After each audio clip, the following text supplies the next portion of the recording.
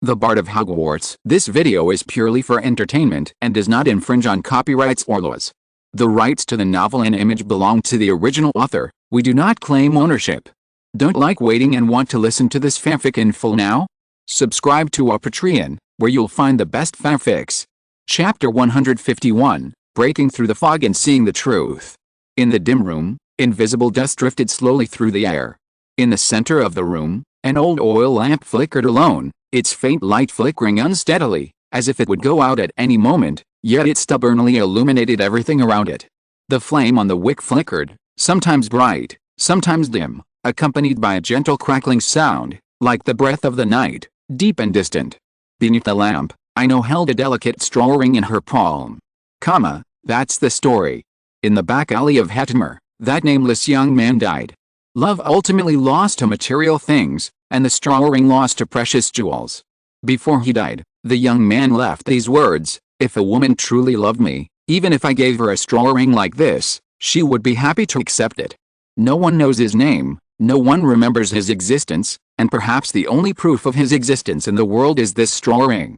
With the last word, Ino placed the ring back on the table, and the room fell silent again. After a long pause, Caitlin looked up, her eyes brimming with tears. "If you don't love him, why don't you tell him? Why be so mean? Why?" Even with his vast experience, Ino couldn't find a definitive answer to this question. Perhaps this is the complexity of fate. Caitlin left. She came in happy, and left in tears. Inside the room, Ino sat in a chair, gently stroking the ancient oil lamp on the table. Although he had sensed the lamp would be interesting back in the shelter, he hadn't expected it to offer such a surprise, lighting through the fog. The real Odd continent has no experience levels, nor do they have stat bonuses. But there's never a shortage of stories here. Every item perhaps hides a hidden story. And this oil lamp can illuminate these hidden stories, perhaps like parting the fog to reveal the truth. It seems, as Aunt Julia said, "I'm afraid you won't find your way back." Ordinary yet extraordinary. The words flashed through his mind like a flash of lightning. At that moment, Ino suddenly relaxed. Norton, the decomposer, everything seemed insignificant. Even the surprise of arriving on the continent of Arad faded. Let it be. A soft sigh echoed in the silent room. Having let go of his utilitarian ambitions, he opened his suitcase and pulled out the automatic writing quill and a stack of loose parchment. As if sensing its owner's heart, the quill floated in midair, then drifted to the parchment on the table, writing rapidly on it. In Ino's story, the young man in the back alley of Hermione had a name, Ezra. It symbolizes the pure blue sky, and also represents his love, pure and loyal. The night is always short, and dawn will eventually come. The first rays of morning light spread softly across the horizon like delicate silk. The morning light filtered through the clouds, casting a golden glow on the Elwyn line, interweaving with the ancient masonry. Shops along the street gradually opened, their wooden doors creaking softly, a prelude to the morning. Go, adventurers.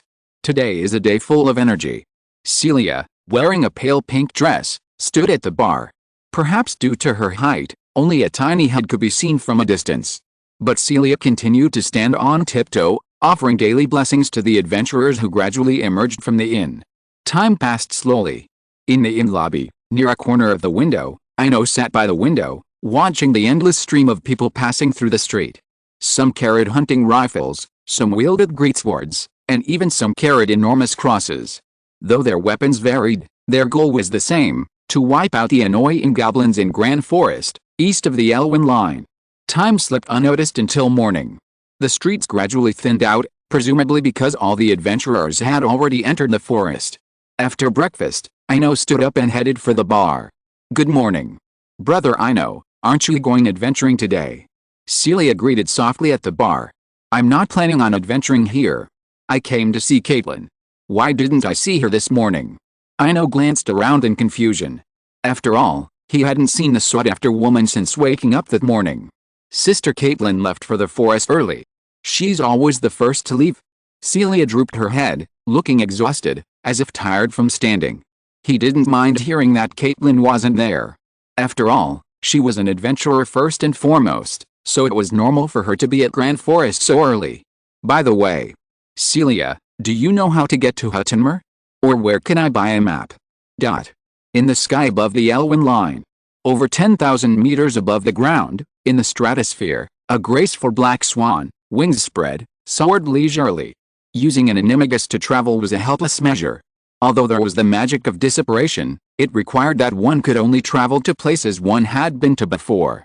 That morning, with Celia's help, he obtained a map to Hedinmer, confirming the story's timeline. 993 Arad. At that moment, the adventurers had successfully cleansed Hedinmer's vast and complex sewer system. It was Hedinmer's peak period. In the sky, Ino flew with unreserved full force, utilizing the swan's long-distance trek to its fullest potential. After flying non-stop for several days at a maximum speed of 90 kilometers per hour, he finally saw a vast city surrounded by white walls in the distance. Hedinmer, the capital of the Principality of Belmar, a free city that venerated magical civilization. As he drew closer, he could clearly see the city's towering buildings and countless magical devices. Today, Xiaodi shares a fantastic beast, Hinkpunk. This magical beast has no Ministry of Magic rating. Characteristics: this monster has only one leg. Abilities: Hinkpunks hide in remote areas at night, emitting misleading light to lure travelers astray. Chapter 152 The Lantern Bearer outside the Moonlight Tavern. The sky over Hedinmer is always a brilliant blue, with the occasional white cloud drifting leisurely across. Legend has it that the city was founded in the desert by a great wizard named Mar, using a powerful magic circle. However, to the adventurers of Hedinmer, all this seems insignificant. When the past becomes history, and history becomes legend, adventurers prefer tangible gains to ethereal tales. For example, 2 months ago, a strange wizard arrived in Hedinmer. He always sat alone at the entrance of the Moonlight Tavern, armed with a pen and paper and an old bronze oil lamp. Whenever anyone passed by, he would ask if he had anything new. At first, everyone thought he was crazy, and many even avoided him, as a mad wizard could be quite dangerous. However, conventions are always broken. About a week ago, a female gunslinger, in front of everyone, handed the wizard a worn leather belt. The wizard shone his oil lamp on it and immediately told a fascinating story. The female gunslinger was rewarded with a gold coin. While the reward wasn't much, it was a substantial gain. From then on, every adventurer who visited the Moonlight Tavern would casually bring 1 or 2 items for the strange magician to examine. Because he always carried an oil lamp, everyone nicknamed him the Lantern Bearer. Early in the morning, another day filled with vitality. Ino arrived at the Moonlight Tavern as usual, casually setting down his stool. Leaning against the tavern's outer wall, he leisurely basked in the sun while waiting for adventurers to arrive. It had been 2 full months since he arrived in Hedinmer. While he had witnessed the prosperity brought about by the fusion of magic and alchemy, it had also corrected his subjective assumptions. First, it was a city with a huge population. Not counting the civilians in the original novel, Hedinmer alone had more than hundreds of thousands of adventurers. And the vast Grand Forest, with its countless cat demons and goblins, successfully supported these hundreds of thousands with their own flesh and blood. Secondly, Norden Masamog, the head of the Alchemist Guild, wasn't a shabby old man standing on the street in the original story, easily approached by anyone. As a knowledgeable head of the Alchemist Guild, meeting Norton required not only considerable prestige and status, but more importantly, an appointment. After all, a master alchemist's time was always valuable. Therefore, after learning more about the situation, he abandoned his wishful thinking and settled down to his old ways. He would either stay outside the tavern collecting stories or venture into Grand Forest to practice magic and earn a little extra cash. As he pondered this, a shadow blocked the warm sunlight, and when he looked up, a bright and radiant face appeared. "Let's go collect cat demon claws," the female gunner Caitlin said pitifully. "No, you're a burden." Glancing at the 2 new pistols on her waist, Ino decisively declined. He was curious, wondering what had gotten into Caitlin to come to Hedinmer a week ago. Even though he couldn't kill many goblins, he was still obsessed with cleaning up the cat demons. "Why don't you just stay at the Elven line? The cat demon isn't what you think it is, and it's not going to get tough just by changing 2 guns. This is the gun that teacher Kelly strengthened and modified for me, and I'm not a burden." Caitlin pouted with some dissatisfaction. Ino turned a deaf ear to Caitlin's complaints. He couldn't indulge her bad habits, otherwise it would be troublesome sooner or later. "Listen, you can have fun in Hedinmer, and when you're done, go back. This place isn't for you. Go back to killing goblins, picking wild strawberries, and running your and Celia's in. Taking risks isn't foolish, but don't play with your life. Facing Caitlin, he felt a genuine pity. It would be a shame for an 18 or 19-year-old girl to die. Meanwhile, just as Caitlin was about to open her mouth to retort, a gloomy voice echoed, "He's right. Adventure isn't foolish. Once you die and your remains stink, no one on this continent will remember you anymore." A middle-aged man, a long sword slung over his shoulder, had appeared 3 meters away. "I mean no harm. I simply heard there's a lantern bearer here who can see the stories behind objects. So I rushed here from somewhere else to show you my old friend. Don't worry. No one dares to attack in Huddenmer." As he spoke, the middle-aged man spread his hands, signaling his harmlessness. As the man finished speaking, Ino slowly lowered his wand. Indeed, no one dared to attack in Huddenmer. Even the most rebellious adventurer would become docile here. This wasn't magic, it was an order forged over centuries of blood. "Sorry. I was a little nervous," Ino said apologetically, looking at the man, who seemed shrouded in resentment. "It's nothing." The man waved his hand dismissively, as if accustomed to being misunderstood. "The curse's power has long eroded me, but my will is stronger than it. But I came here today to show you my old friend." As he spoke, the middle-aged man unfastened the long sword from his sling. A regal ice blue blade, its long, narrow blade gleamed with a faint blue light, as if concealing a frozen lake, cold and profound. Even sitting in the warm sun, Ino felt a chill. It wasn't simply cold, but tinged with deep resentment and regret. Despite a certain suspicion, he still lifted the oil lamp at his feet. The quill lying flat beside him also levitated, as if ready to write. Dance of the Snow. This is a princess's sword. A sad and poignant love story. Sitting on a small stool, Ino gazed at the weapon, laid horizontally before him, and began to recount its story. The core plot was brief. A prince and princess from 2 countries were engaged, deeply in love with each other. But because of border interests, the 2 countries went to war. The prince gave up his love for his subjects, and the princess took up the sword out of pain and hatred. She was victorious and led her army into the palace to question her former lover. Even after being defeated, the prince still chose his subjects. In disappointment and anger, the princess killed him with her own hands. But even with her lover's death, she could not let go of the resentment in her heart, so she chose to commit suicide. The endless resentment turned into a curse, and also attached to this weapon. After the story was told, Ino put down the oil lamp in his hand, and the same quill pen also stopped recording. "What a sad story." A gentle and beautiful voice sounded behind everyone. The proprietress of the Moonlight Tavern, Soja, was leaning against the doorframe of the tavern with a cocktail in her hand, with a smile on her face. "I'm sorry for turning you away last time, but if I had known there would be such a story earlier, I would definitely not have made the previous choice. Can I buy you a drink? Consider it my apology." Facing Soja's apology, Ino shook his head. "There is no need to apologize at all. After all, I am not a real customer. Your refusal was completely reasonable."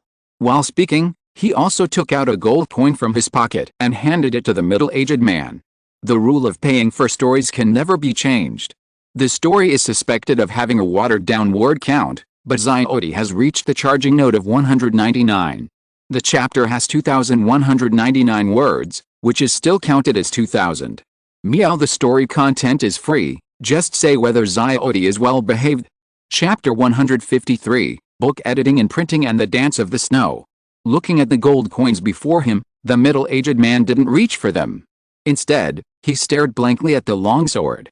He'd assumed it was a natural curse, but he hadn't expected the curse to originate from the very weapon he'd been with for over 30 years. He didn't suspect the magician was making things up. After all, some things only need a chance to connect the dots.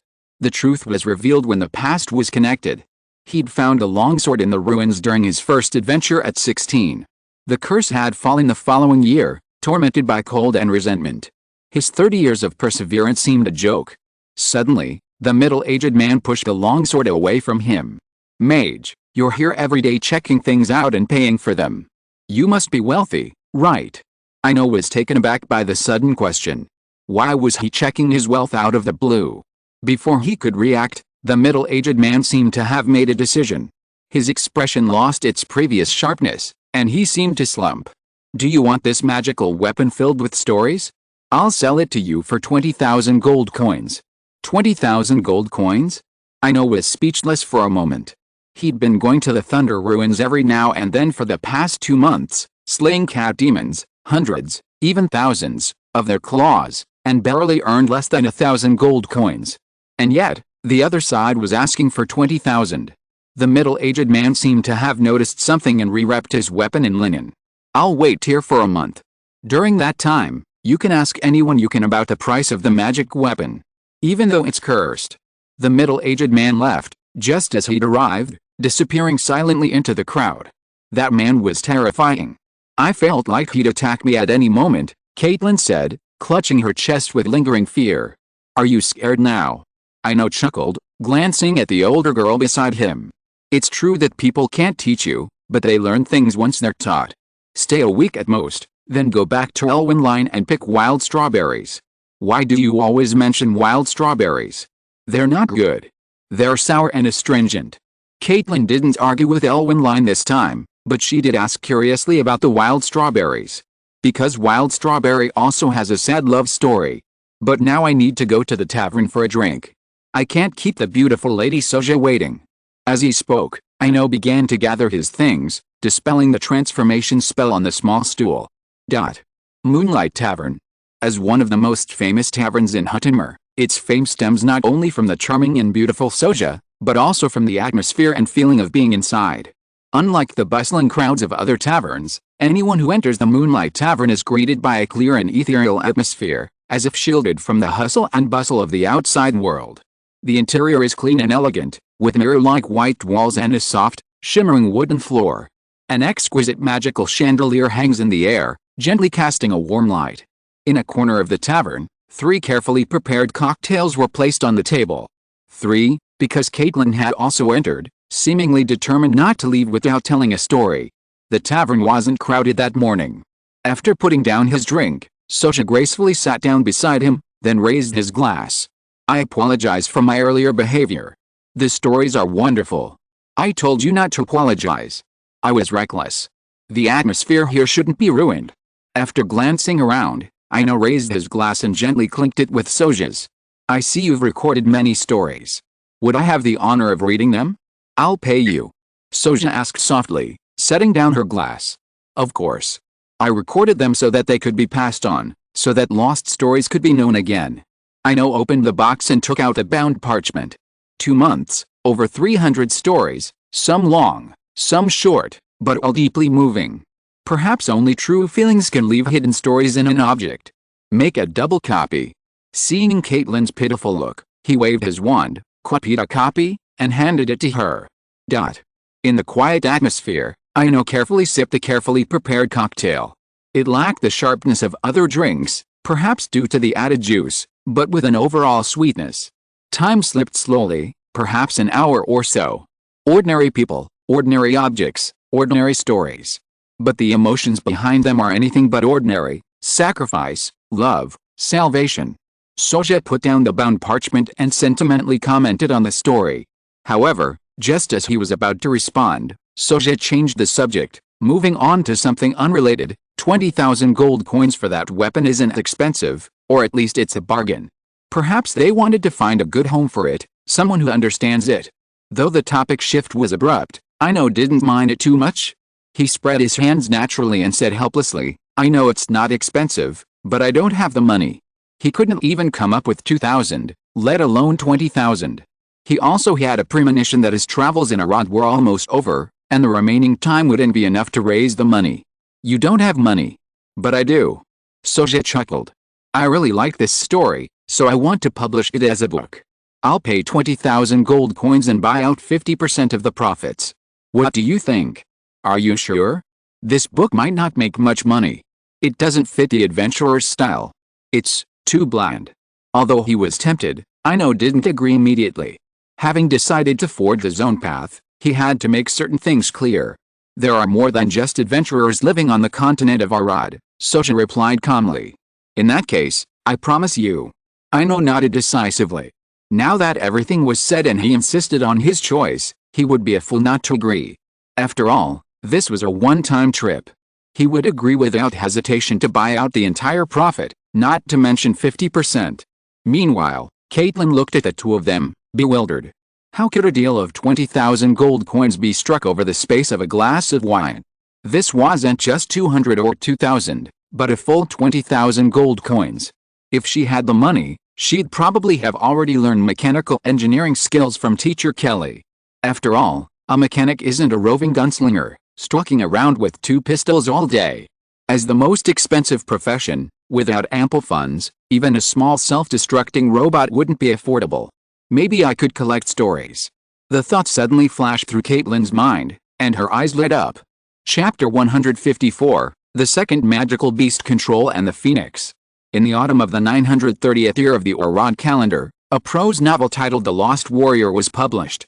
Starting in Haddenmer, it spread across the continent through the hands of countless adventurers.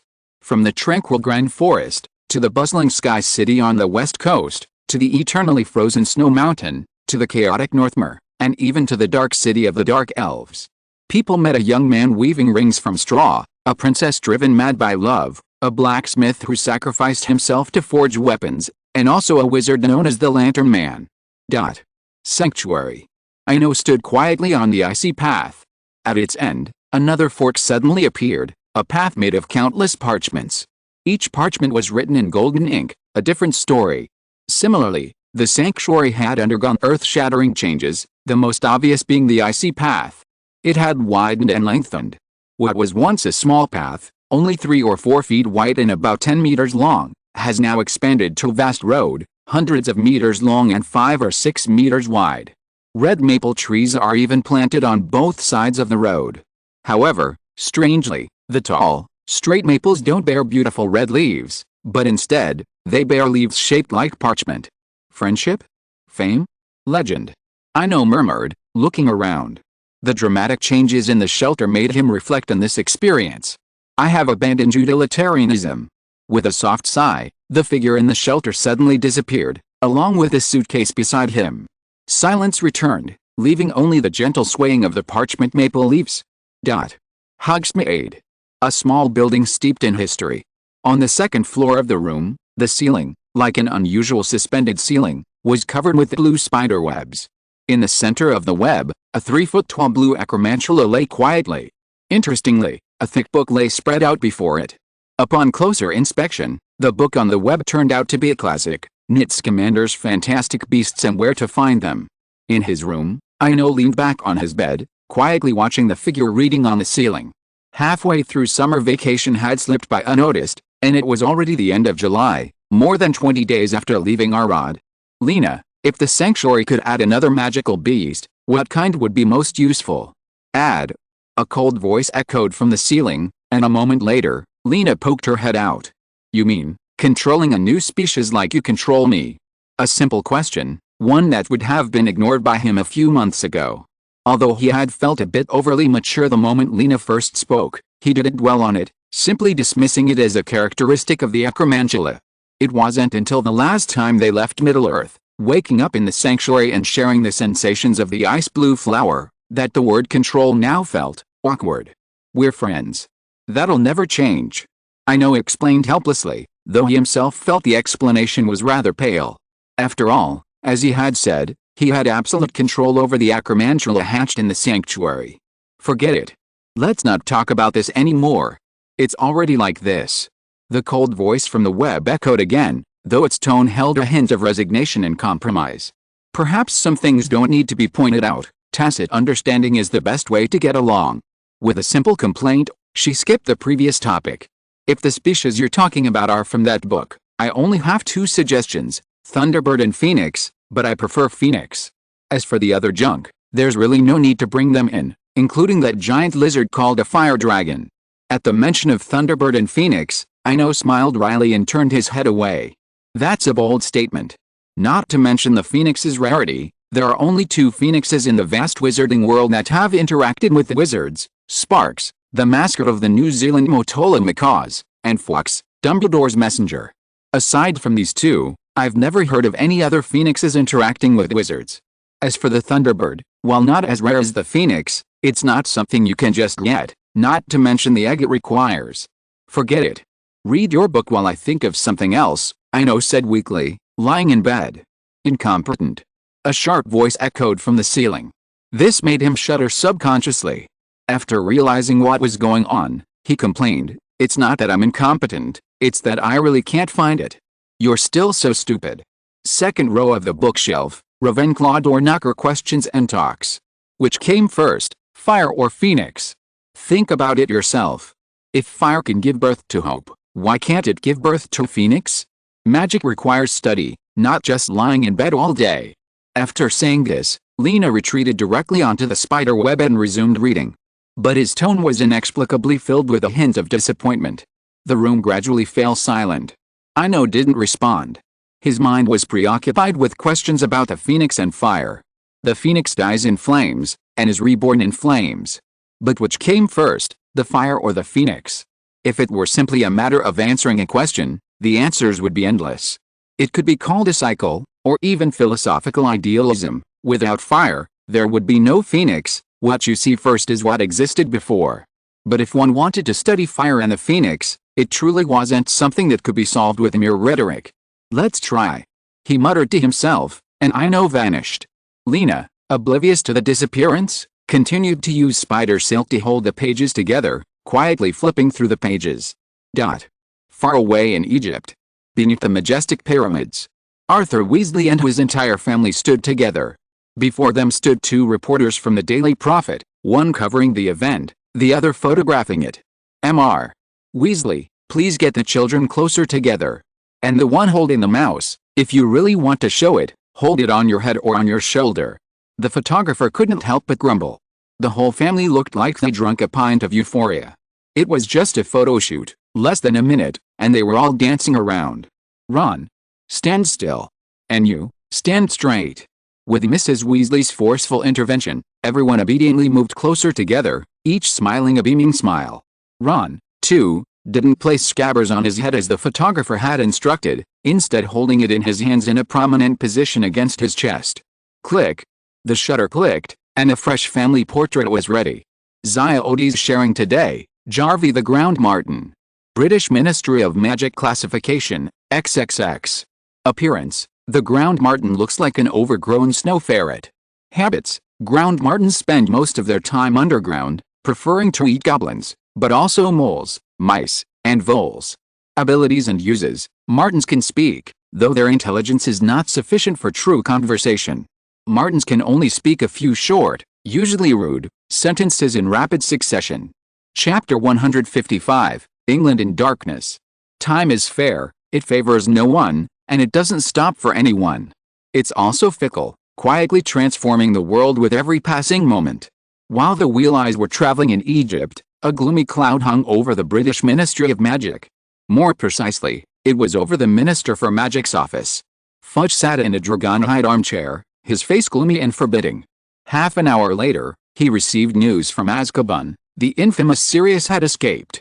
Of course, this wasn't a big deal in itself. The Department of Magical Law Enforcement could easily be blamed. After all, the public didn't care about the truth, they just wanted an explanation, or perhaps to see someone suffer. But now, the blame was hard to shift, as he had just visited Azkaban yesterday morning and even offered Sirius a newspaper. This should have been a positive development, and indeed, after the news broke this morning, the minister's office received several letters of praise. Most of them were from ancient pure-blood families, praising the ministry for its good treatment of the last Black Line. However, just one day had passed, and everything had changed dramatically. "I didn't call you to a meeting to be silent. What's the point of all these silences? Are you all waiting to see me make a fool of myself?" In his office, Fudge scowled at the two men across from him, Amelia Bones, Director of the Department of Law Enforcement, and Gadwin Roberts, head of the Auror Office. However, his response was still silence. "Okay. You won't have an easy time until I'm down. Seriously. I mean what I say." Seeing Fudge's outwardly timid expression, Amelia looked away with disdain. The Ministry of Magic was vast, with only 7 departments, and each director held a powerful position. Minister? Perhaps to most people, the minister was aloof, but to the director, it was just a name. Fudge noticed Amelia's disdain, but he could do nothing about it. The minister did not have the power to dismiss the director. The Minister of Magic's sole power is to propose a dismissal, which then requires a majority vote from the remaining 6 directors. However, the pure-blood community is deeply intertwined, and unless someone truly harms the interests of the public, they won't be dismissed, even if public outrage reigns supreme. At most, someone will be blamed. Fudge ignored Amelia and turned his gaze to the head of the Auror office. Seeing Fudge's murderous gaze, Roberts felt a pang of frustration. Unlike his own director's composure, he, a mere head of office, was completely unable to withstand the minister's pressure. We've deployed all our Aurors, including this year's interns, and have established a rough area. But finding Sirius will take time, Mr. Minister. Roberts carefully outlined his plans. Of course I know it takes time. Fudge angrily slammed the table, his voice reverberating throughout the office. I must see Sirius tomorrow morning at the latest. I must. Even if you bring me a mutilated corpse, I don't mind. Do you understand me, Mr. Roberts? I understand. Roberts nodded slightly, a stern glint in his eyes. Just as the three were about to reach an agreement, a paper airplane leisurely flew towards the large desk. Unlike his usual procrastination, Fudge immediately opened it to examine it. Time slipped by. A long moment passed. This can't be hidden anymore. Contact the Daily Prophet and immediately announce Sirius's escape. He was seen in London, not only attacked, but his wand was stolen. Fudge sat dejectedly in his chair, feeling momentarily older. Time passed. Just as the Ministry of Magic was about to release the news, Ino sat in the shelter, staring blankly at an ornate and beautiful long sword. He had spent a full 20,000 gold coins to purchase the magical weapon, Dance of Snow. However, the curse and resentment that clung to the blade left him helpless. He tried every spell he could, but to no avail. Such a weapon, let alone using it, would cause trouble simply by displaying it. Wizards are naturally sensitive. Lena, you're talking about this curse.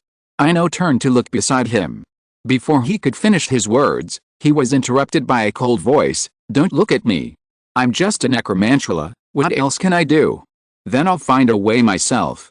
Ino lowered his head again, slicing his wand inch by inch across the blade. With a soft sigh, Lena took 8 long steps to the blade. Aren't you a good storyteller? Tell it some sweet love stories. Maybe it'll work, who knows? Oh. Ino nodded silently. However, this simple response irritated Lena. What are you talking about? It's not that I want to hear a story, it's the resentment that clings to the blade. You could try this method. Alternatively, you could use the flame from the oil lamp to roast it, but that might also cause irreversible damage. But burning it? Ino glanced at the oil lamp hanging from the maple tree and shook his head, declining. Sorry, Lena. I was a little perfunctory earlier, but I don't think either storytelling or burning it is very reliable. Forget it, just leave it there. He no longer worried about removing the curse of resentment. After all, it was just an interesting toy. He wasn't really planning on imitating Gandalf and wielding a longsword into battle. Whatever. If you don't like it, just hang it up as a decoration. It's pretty anyway. Lena's tone was nonchalant, but she didn't hesitate in her actions. Spinning out spider silk, she wove a nice blue scabbard in seconds. The blade was hung on a thick branch on the other side of the maple tree. After all this, Ino glanced at the suitcase. Lena, how many Acromantulas are in the box now? Is there enough space? Although Dumbledore had helped expand the box's capacity with the untraceable extension charm on the last day before summer vacation, he was still a little worried. After all, Acromantulas are known for their high productivity. 420 young spiders, about 2,000 juveniles, and the rest are eggs I haven't counted. Sure enough, Lena's answer confirmed his suspicion, but the number. Suddenly, as if remembering something, Ino turned around abruptly. How long have you been in the box? How long? Lena's tone was hesitant, as if she was calculating something. 2 years? Or less than 2 years, roughly. After all, Acromantulas have a constant reproduction cycle. Hearing this, Ino looked at Lena apologetically. Sorry, I didn't think about it. Stay outside from now on. I'll use the shrinking charm. No one will notice. If you're listening to this novel on a channel other than Fanfic World, it means they downloaded and uploaded it without effort. We cordially invite you to visit our channel, Mundo Fanfic Novelis. There you'll find the original version of this story and you can explore many other novels of various genres. We're waiting for you to immerse yourself in a world of incredible novels. Chapter 156, Returning Snape's Favor. Diagon Alley was always bustling during the summer holidays, a bustle that sometimes lasted well into the night. Today, however, was an exception. As dusk fell, the entire alley seemed shrouded in the skirts of Nyx, the goddess of night. The street was dark and deserted, with barely a soul to be seen. Even the occasional passerby seemed hurried. The Leaky Cauldron. While other businesses had closed early, Old Tom's bar remained lit. He stood behind the bar, wiping the countertop, a murky rag that had been passed down for who knows how many years, his eyes flickering to the two prominent figures in the hall. Harry's nerves visibly grew the moment he saw Fudge. He couldn't understand. Did he alert the Minister of Magic just because he'd made his aunt fat? It seemed bizarre no matter how you looked at it. Minister. I didn't mean to use magic outside of school. I'm glad you're okay. Thank God, Fudge interrupted, sighing with relief. If something really happened to Harry, not to mention whether he could continue to be a minister, he would be lucky not to be judged by the Wizengamot. Harry, what did you just say? Blowing up your fat aunt? It's okay, it's a small matter. Small matter? Then why are you here? Harry's eyes were confused. If it was a small matter, why did he come here so late at night? Oh, haha. I'm just doing a routine check. I'll be leaving soon. Fudge lied skillfully. By the way, for your safety, I mean, after you blow up your fat aunt, you will stay at Old Tom's for the time being. I will book a room for you until you go to Hogwarts. As if in a hurry, Fudge turned around and walked towards Old Tom after he finished speaking. In the bar hall, Harry was a little bit unbelievable and even more confused, but the scene before him seemed to be a good sign. Maybe the mistake he made was just lightly covered up. After calming down, he realized that everything he'd experienced today was strange and bizarre. First, the story of his chubby aunt running away from home, then the bizarre way he boarded a bus, and finally, he met the Minister of Magic, who even booked a room for him personally. All the past events flashed through his mind, but somehow, the shadowy black dog he'd encountered while waiting for a bus on the roadside kept coming back to him. Harry had finally settled into the Leaky Cauldron, thanks to Fudge's arrangement. As the first rays of morning sun rose above the northern hemisphere's sea level, the entire British wizarding world erupted in excitement. The front page of the Daily Prophet was completely devoted to the news of Sirius's escape, with a 10-inch photograph centered in the center. Sirius, dressed in prison garb, roared frantically within. Time flies. It really hasn't even hit me yet.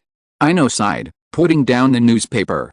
He hadn't felt anything before, but this time, after entering two worlds in quick succession, nearly a year and a half of travel, returning felt like a lifetime away. You said I want to repay someone's favor. Should I tie up their enemy and hand him over, or tell him the known clues? Ino leaned back on the sofa, staring at the pale blue ceiling. A moment later, a voice came from the ceiling. Don't you already have the answer in your mind? Yes, I do. Ho ha ho ha. Ino laughed heartily. Today's Daily Prophet had given him a thought on how to repay Snape's favor. A favor should be repaid. Whether it was the shadowless divine sword or the small classroom behind, Snape had done him a favor. How are you researching that flame? Don't tell me you're just going to light a lamp and leave it alone, Lena's cold voice echoed. What else? How can I care? Even the book you read, Binet's Commander, the Master of Magical Beasts, only gives a few brief descriptions of the Phoenix.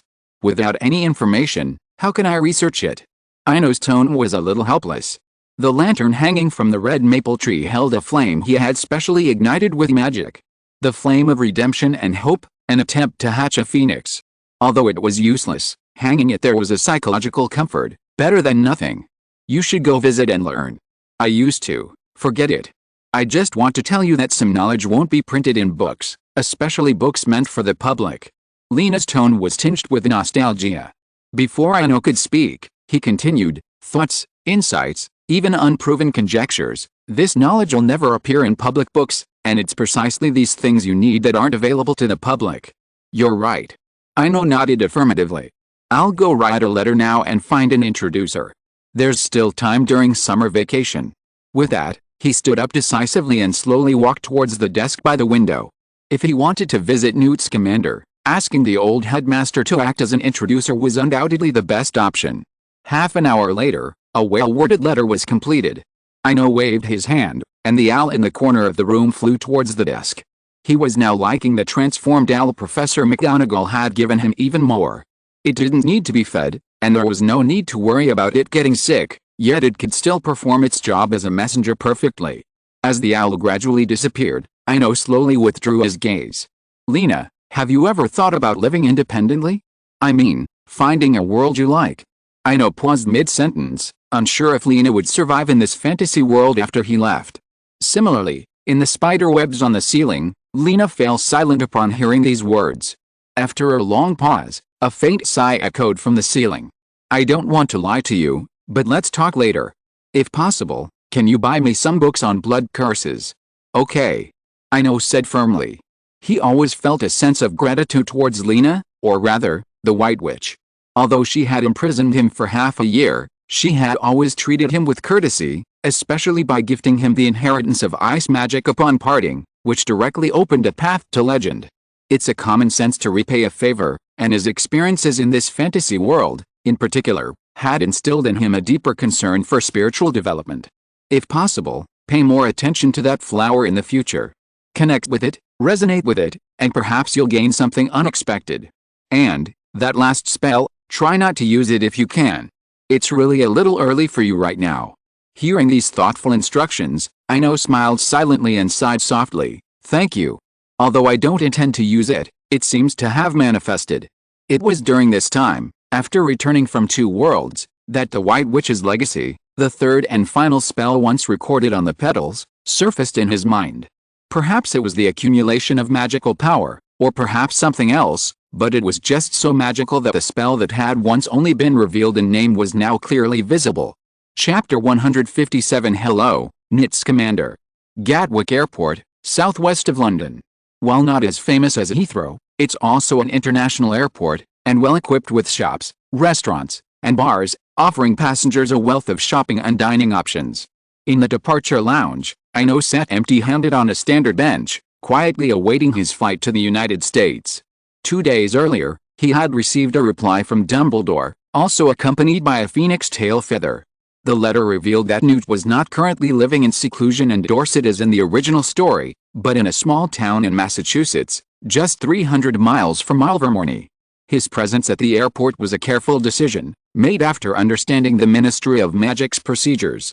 Not only was the British Ministry of Magic's procedures for traveling abroad complex, but the American side was even more cumbersome. It was said that wizards traveling from London were subjected to near-personal inspections, especially with luggage that was repeatedly checked and registered. Rather than being treated like a monkey, he preferred the convenience of a plane. If it weren't for the time savings, he would have simply flown across the Atlantic.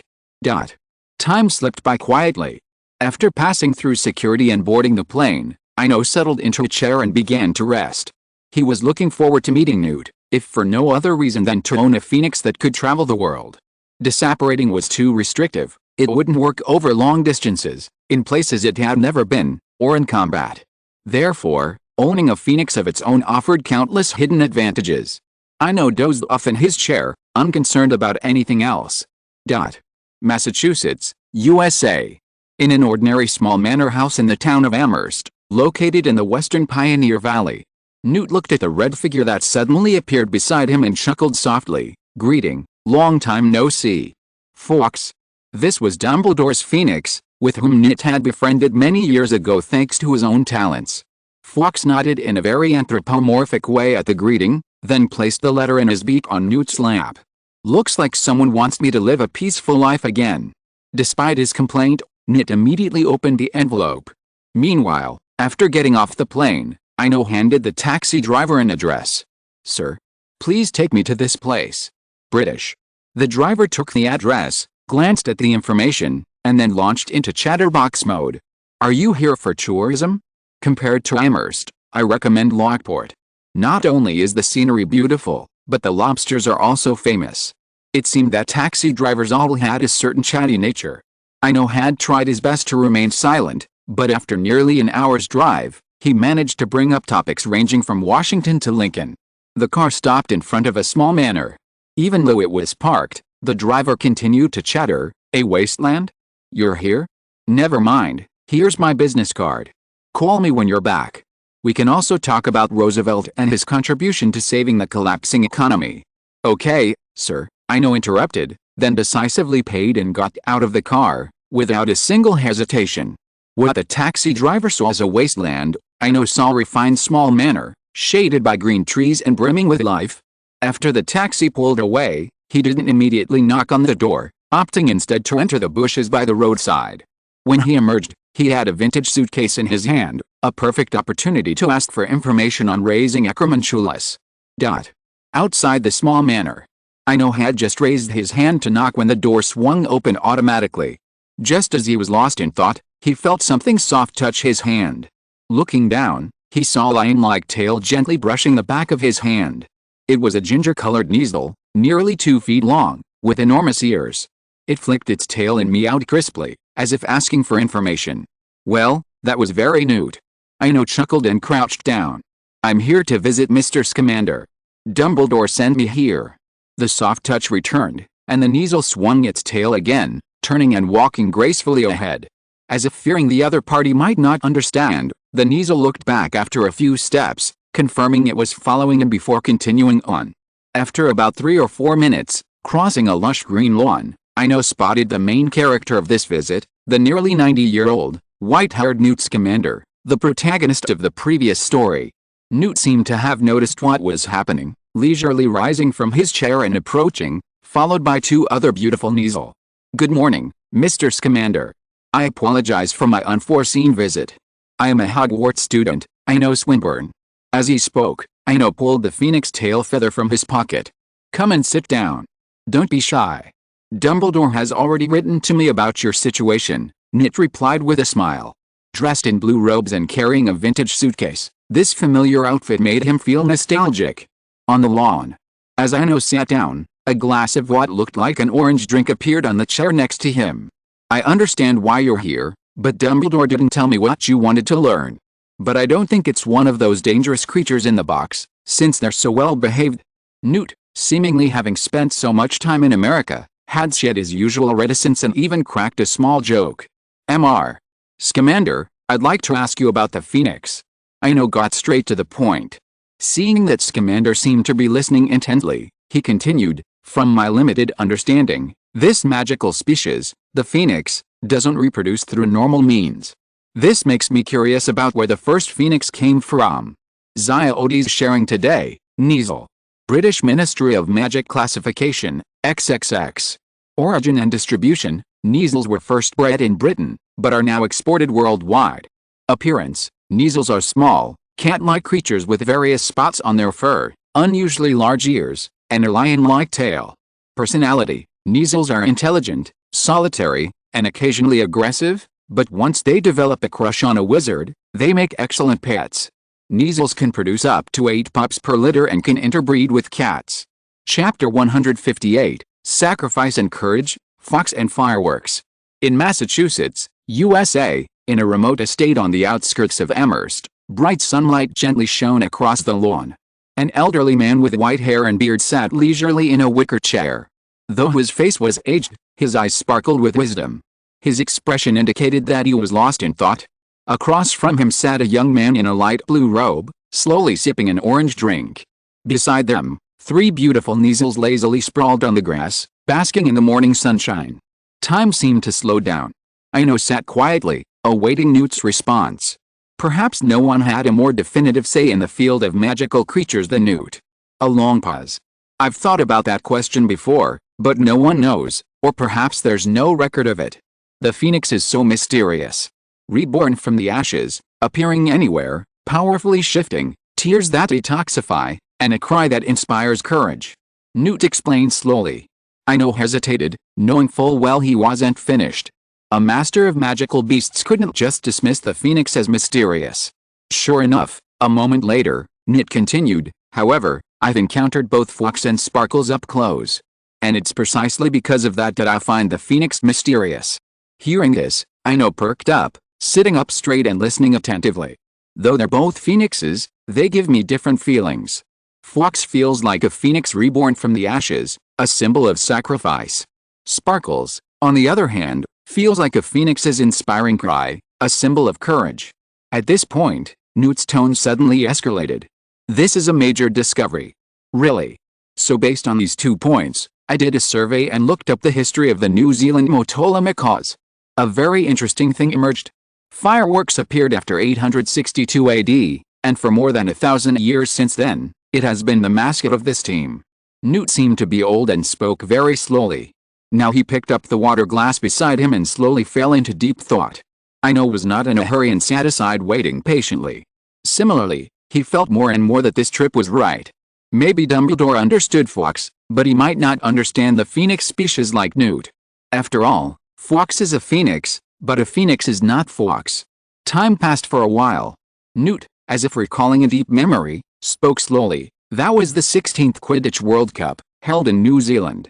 The New Zealand national team, the predecessor of the Macaw, refused to give up despite being heavily behind. They fought with all their might. It's recorded that 10,000 wizards on the field sang a rallying song for them. After 7 days and 7 nights of fierce battle, the New Zealand team miraculously won. Unfortunately, many players were unable to play again, including the New Zealand Seeker, who completely lost an arm. However, the following year, the New Zealand national team changed their mascot to the Phoenix Fireworks. At that moment, Ino had a vague understanding of the answer. Especially when thinking about the Dumbledore family and the ending of Headmaster Dumbledore in the original story, everything seemed to connect: sacrifice and courage, Fawkes and fireworks. Born of fire, a mythical species, the embodiment of the wizard's spiritual power. Ino slowly spoke his inner answer. That's right.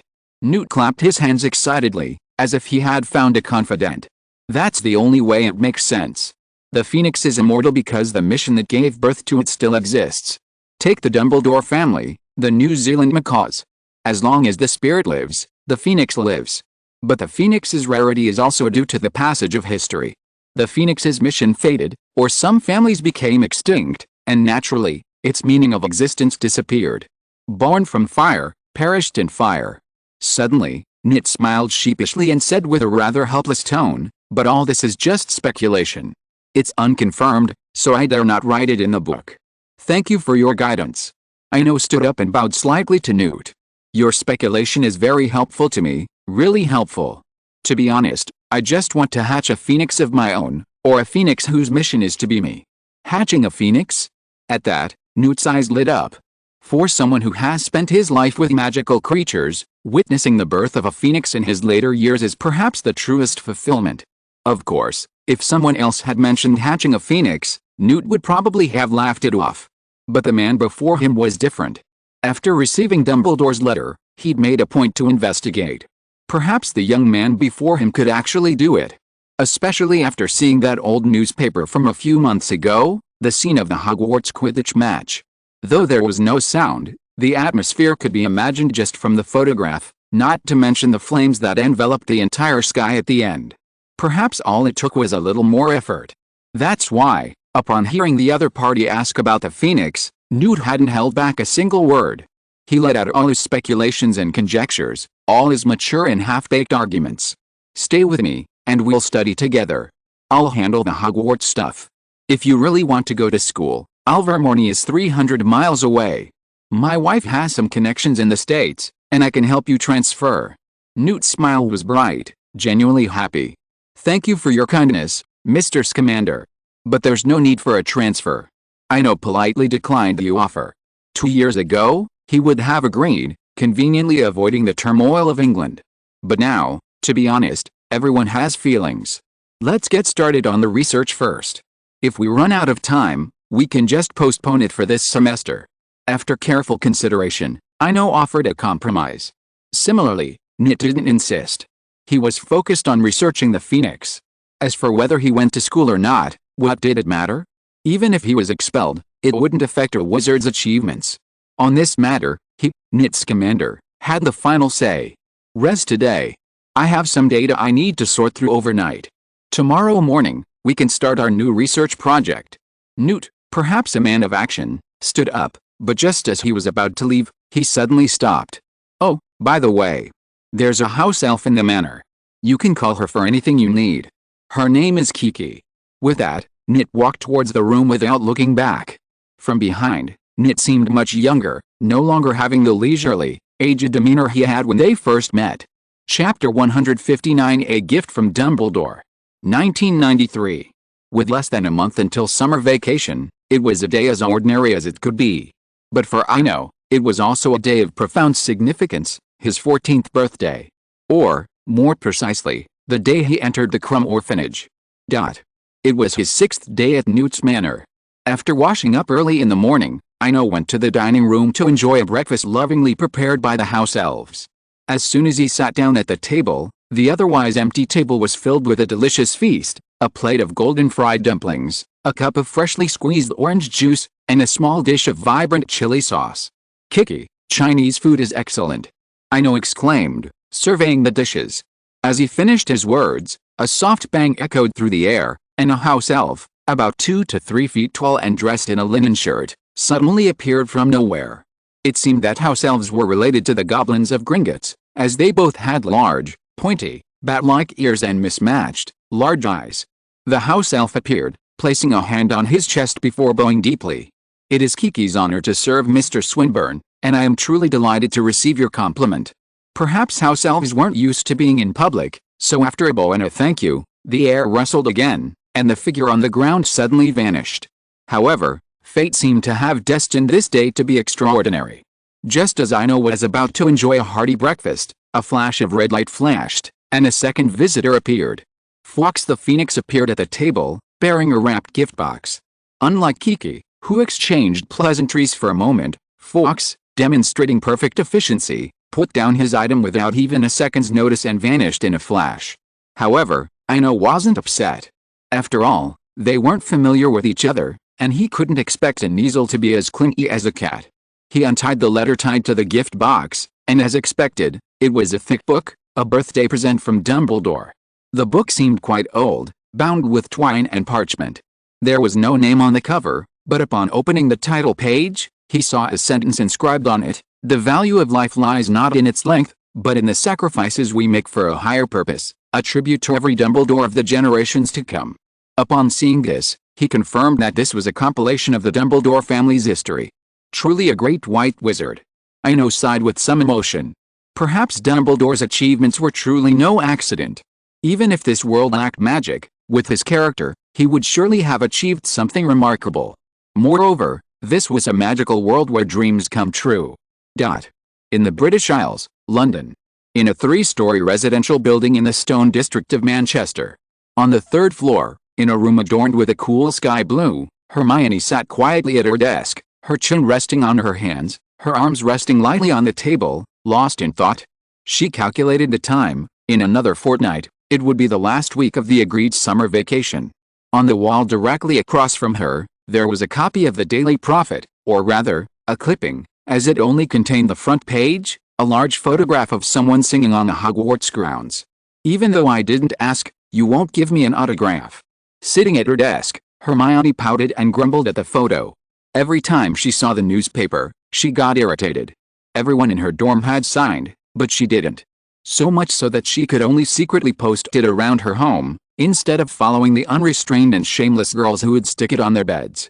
Although she hadn't asked Ino for it, this kind of thing. Knock. Knock. A crisp knock on the door interrupted her thoughts. "Come in," Hermione said, casually flipping through a book on the table, pretending to read. "Huh. I knew it," some girl staring at the photo again. Mrs. Granger, upon entering, noticed something was wrong with her daughter with just a glance. "Mum," Hermione complained, "if you really have some free time, why don't you go to the clinic and help Mr. Granger? Look, his hair is getting a little gray." Facing her daughter's teasing, Mrs. Granger cleverly retorted, "Yes, I should help Mr. Granger. But what about you? Help Mr. Swinburne. Stop making excuses. At least put the book back the right way, seriously." "Huh?" Hermione exclaimed in surprise, looking down. Sure enough, the copy of Jane Eyre on the table was open upside down. Hermione fell silent, and with the power of silence, she began a silent confrontation. But her silence seemed amusing to Mrs. Granger. "It's nothing, really. You're 14, too." Glancing at her silent daughter, Mrs. Granger walked over to the bed and sat down, speaking to herself. "Take Jane Eyre, for example. It's considered a model of modern women's fiction. Why is it so acclaimed? It's not just because of Jane's attitude toward love. I think it's more about Jane's wisdom. She knew the difference between love and affection, even when faced with Rogers and Rivers. Mrs. Granger paused after she finished her speech. She knew her daughter was intelligent and opinionated from a young age, so there were some things she could only touch upon. A long pause. "Thank you, Mother. I have a rough idea of what love is. It's not like the idyllic descriptions in novels," Hermione said, her gaze inevitably turning to the window. While London in August didn't experience as much rain as in October, it wasn't experiencing long droughts either. Through the window, she could see dark clouds gathering in the southern sky, accompanied by gusty winds. A thunderstorm was likely approaching. Hermione withdrew her distant gaze and spoke slowly. "Just like Jane, her pursuit of love is always full of twists and turns. But if a gust of wind or a few drops of rain can stop me, then how can such laziness prepare me for the future I have planned? All right. As long as you understand." Mrs. Granger stopped persuading her and smiled at her daughter. "True wisdom lies not in talking about yourself, but in learning to listen to others talk about themselves. But I like Ino very much. I'll bring him home again when I have the chance, so your father can meet him. Ino doesn't like visiting other people's homes. I don't know what's wrong." Hermione shook her head in distress, her brown hair, which had just been obedient, suddenly becoming messy again. "Don't shake your hair. Either pin it up with a hairpin or buy some good hairspray. No one likes a girl with messy hair." Mrs. Granger felt a little tired. Her daughter seemed to have come to her senses, but it seemed that she hadn't completely come to her senses. She was still so unkempt. Dark clouds had already gathered in the sky, and a gust of wind blew in from the window, making Mrs. Granger's already messy brown hair even more tangled. Similarly, the wind also messed up Hermione's hair. Chapter 160. Extreme resentment is also an emotion. Compared to the sudden thunderstorm in London, the skies in Massachusetts were clear and sunny. After a morning of discussion, Ino and Newt sat in the shade of the courtyard, leisurely sipping afternoon tea. Mr. Scamander, perhaps we can think of it differently.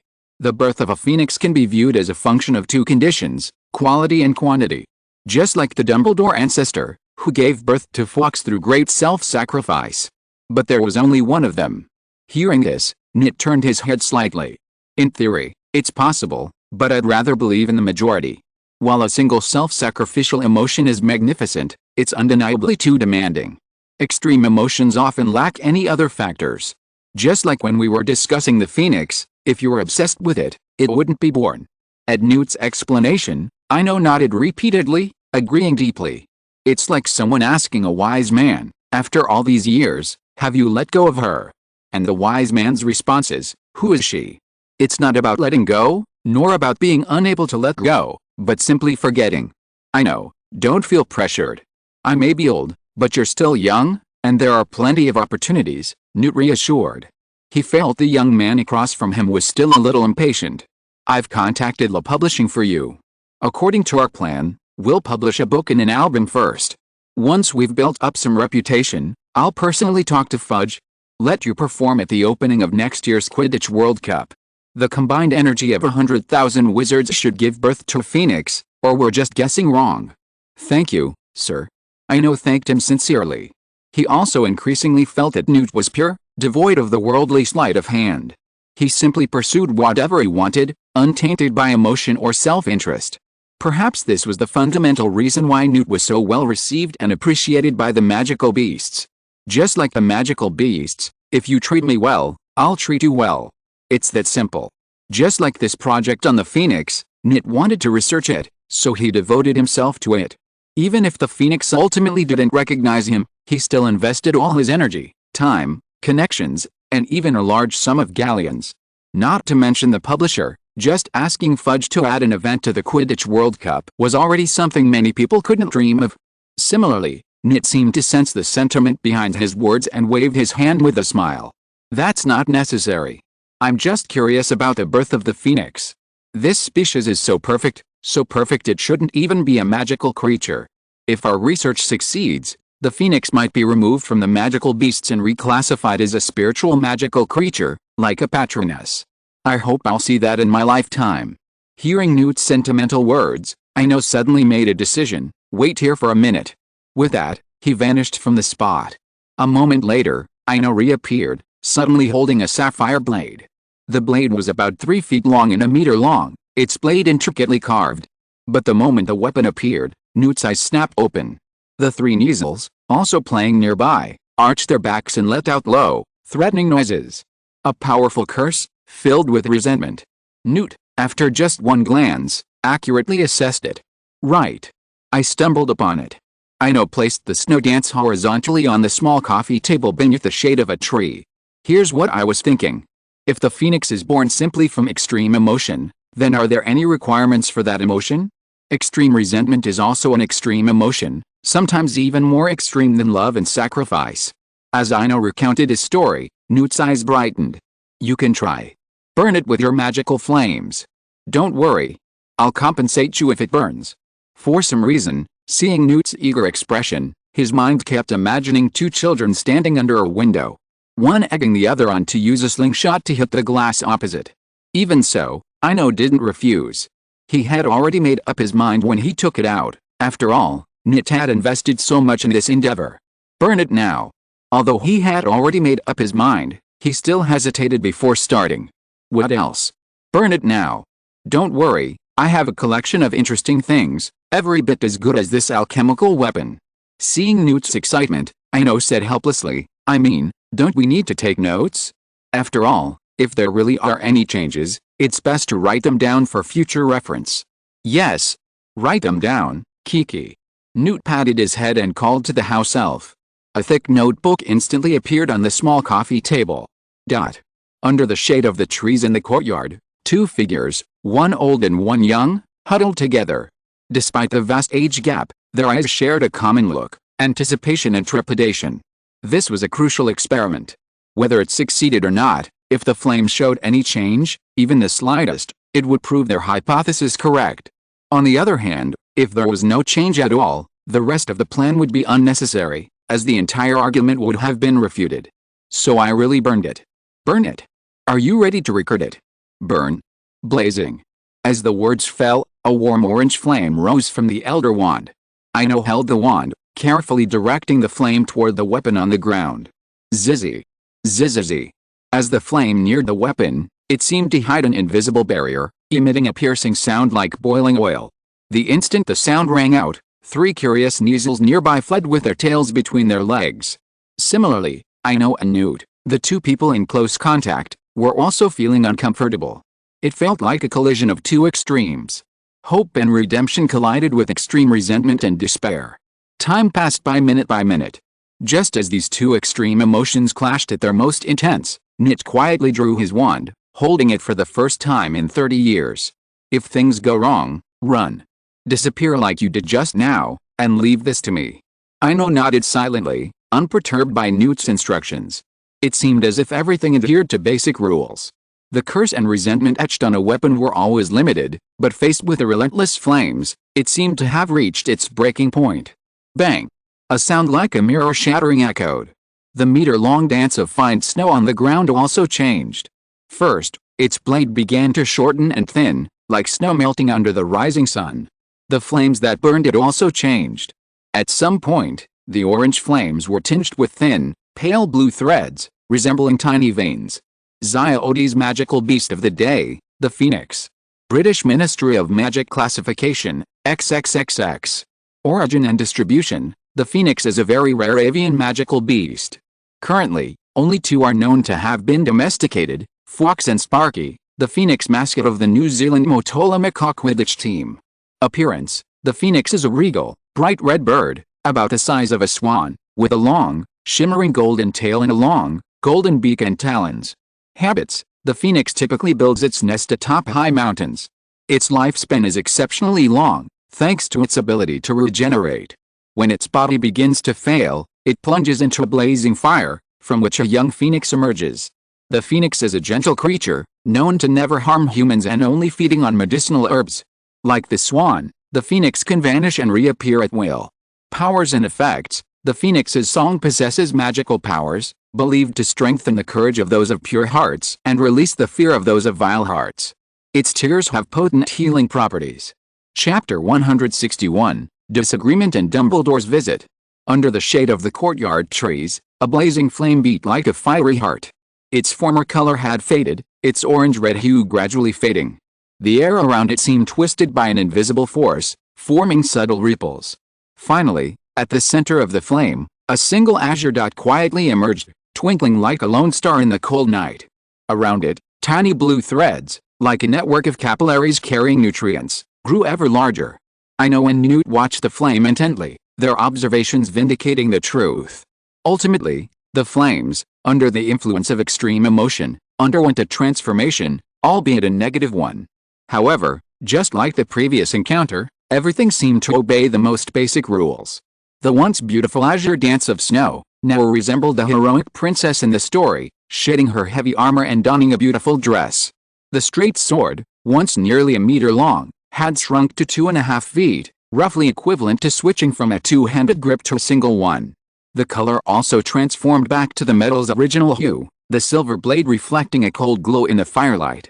This change in source directly affected the evolving flame. First, the thin blue lines within the flame gradually faded and vanished. Then, as if deprived of nourishment, the blue dots gradually quieted, no longer shimmering like stars. The entire flame, uncharacteristically, floated in midair, burning silently. Time passed. Finally, after confirming that the flame would not change, Nit sighed with a sense of loss. It's still a long way to go. I can feel it. Apparently, having not witnessed the birth of the phoenix, Nit looked somewhat downcast. However, compared to Newt's dejection, Ino's emotions were much more complex, a mixture of fear, relief, and a sense of joy at having lost something. Yes, lost something. Because he had just thought of a crucial question: what if this flame truly gave birth to a phoenix? Not only did it have nothing to do with Newt, it had nothing to do with him either. It was someone else's phoenix, for it was shaped by someone else's emotions from the very beginning. This phoenix would likely only obey the master of the dance of the snow, the princess in the story whose love turned to hate.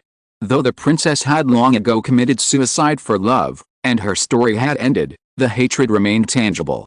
Because the princess hated not just the prince, but everything in the world, this resentment had become a curse that would be passed down. Perhaps, once this phoenix was born, it would be utterly immortal, until all in the world was annihilated, and there was nothing left to hate. A phoenix born of resentment and curse, unrestrained. At the thought, Ino shuddered, and he shared his hypothesis with Newt. Huh? You're right. Thank goodness it didn't come. Newt, realizing this, breathed a sigh of relief, his words filled with relief. This is a problem right now. While its cause is related to us, its emotions aren't driven by us. The phoenix that emerges in the future may cause great disaster. What did you say? Ino suddenly raised his voice, his tone somewhat puzzling. Will it hatch? Instead of dissipating. Newt looked up in confusion, not understanding what was so surprising.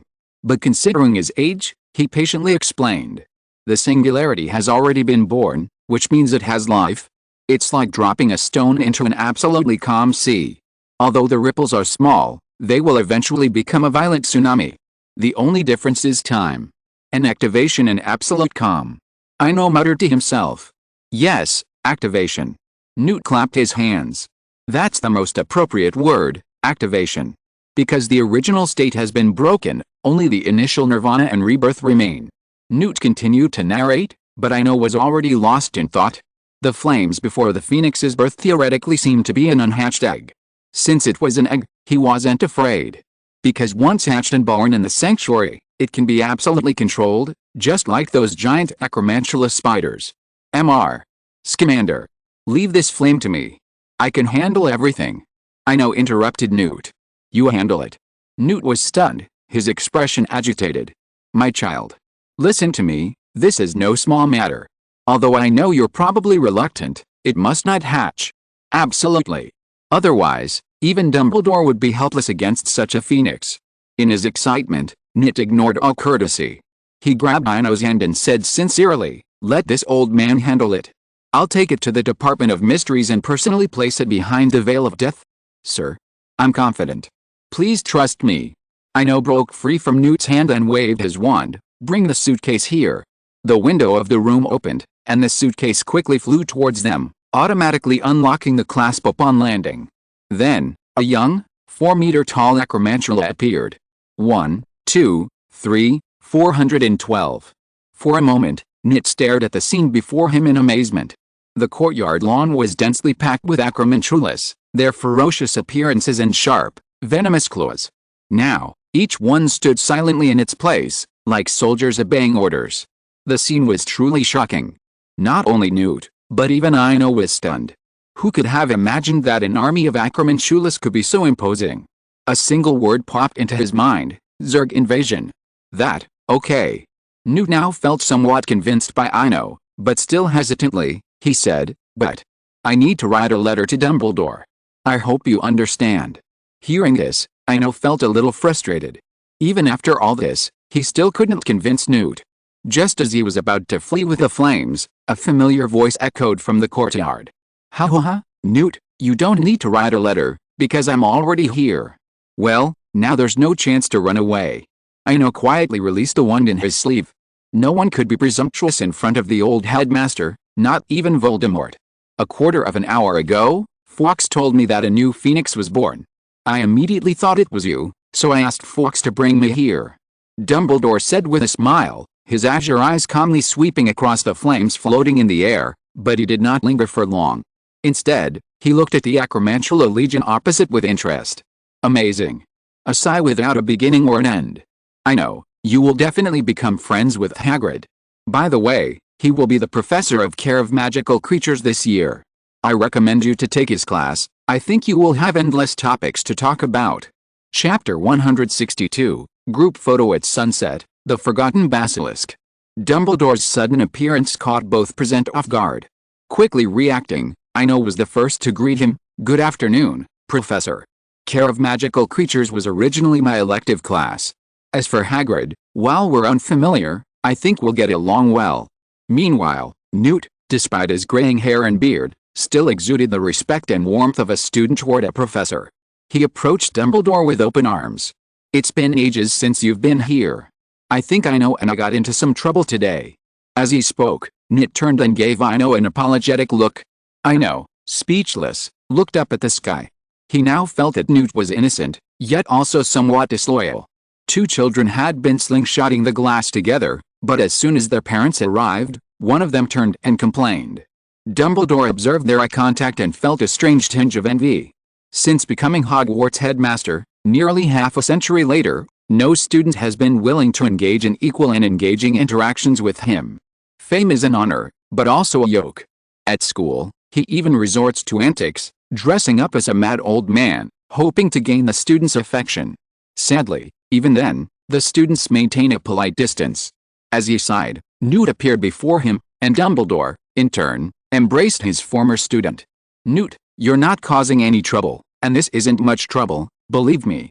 Dumbledore's voice was quiet, and his tone lacked conviction, but even this remark, as if it were a casual chat about the weather, brought a sigh of relief to Newt. Thank goodness. I thought we were. And that guy over there was almost ready to run away just now.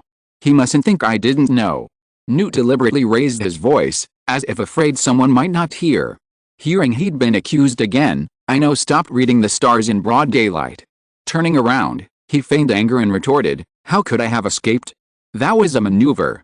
Besides, you instigated me to burn it. The knife and the fire are mine. What are you going to send me to behind the veil after the results come out? You just said you had no intention of running away? Your eyes betrayed you, Newt argued, smiling. I had a reason to run. Some old man wanted to steal my things. Some things are magical. With Dumbledore as the lubricant, this bickering suddenly relaxed Newt and Ino, free of the formality, awkwardness, and distance they had previously maintained. Dumbledore watched with a smile as they interacted. Before they knew it, the sun was setting. Time, like fine sand, slipped by, coating the world in a gradient of colors. The Massachusetts evening breeze was refreshingly cool. A gentle breeze caressed the courtyard lawn, swaying the lush grass. The bright green blades shimmered in the soft evening light, as if dusted with a thin layer of gold. It was a tranquil midsummer evening. On the lawn, a heavy, round wooden table lay upon it, upon which 3 exquisite dinners were laid. Ino leaned back in a wicker chair, perfectly at ease. Across from him, 2 elders, a combined age of 200, chatted quietly. With these 2 men in charge, no one in the entire wizarding world would dare to provoke them. Equally relaxing was the fire within the sanctuary. Whether out of trust or something else, He suggested disposing of the fire privately, and Dumbledore agreed without a second thought. Some things, and some people, seem truly inexpressible. Dumbledore's actions instilled in Ino a deep sense of trust and respect. Perhaps everyone grows, gradually adapting their approach to matters with the passage of time, regardless of age. Ino sat in a wicker chair, quietly watching the two protagonists of the conversation across from him, the protagonists of the previous classes. It was a rare sight. Ahem. I'm sorry to interrupt, gentlemen. With such a beautiful sunset, why don't we take a picture? Photo. Dumbledore looked up. The clouds at dusk seemed truly beautiful, a cacophony of orange, pink, violet, these colors intertwined. I agree. Let's take a picture. Newt stood up, his expression slightly pleased. Not only had he met his professor after years, but he had also confirmed his hypothesis about the phoenix. Seeing that neither of them objected, Ino decisively pulled a large box camera from his suitcase. However, Merlin. A juvenile Sanderson camera from the late 19th century. He's older than me, maybe even Dumbledore. Newt marveled at the antique before him. This style of camera was incredibly familiar to him, it was the most popular camera of his childhood. Well, now it was Ino's turn to be embarrassed, but the bard was least afraid of embarrassment. He smiled and said, "You don't understand. This is a retro feeling. Taking photos should be done with ceremony. Forget the nostalgia. Wait here for me." Newt saw through the lie immediately, stood up, and walked back to the room.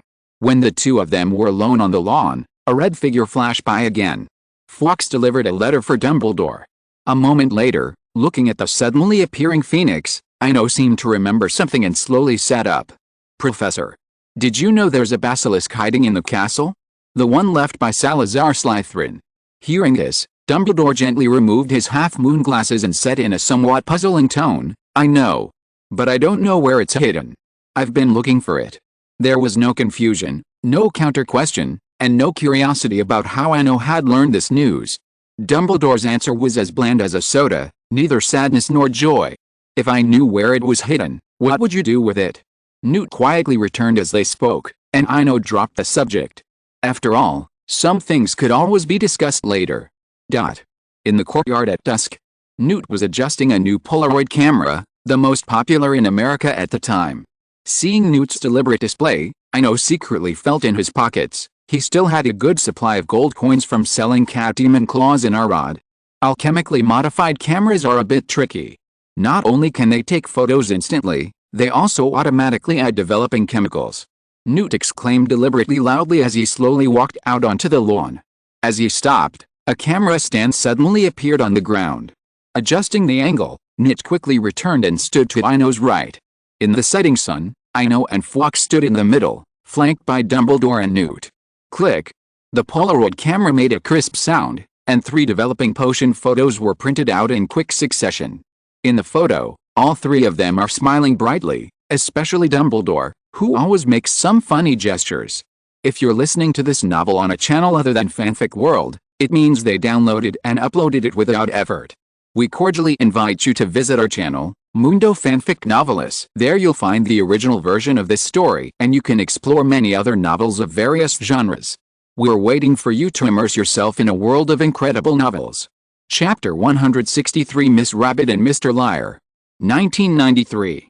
Time slipped by, and before they knew it, Ino had already lived in Newt's manor for over 2 weeks. During this time, they exchanged as much knowledge about magical creatures as possible. Early in the morning, in the dining room, after finishing his last golden fried dumpling, Ino wiped his mouth with a napkin beside him. "Sir, I have to go back. Isn't school still 2 weeks away?" Newt asked, a little surprised. "Yes, 2 weeks," Ino sighed. "But I still need to buy books, and the room needs to be cleaned after being unoccupied for so long. There's just not enough time."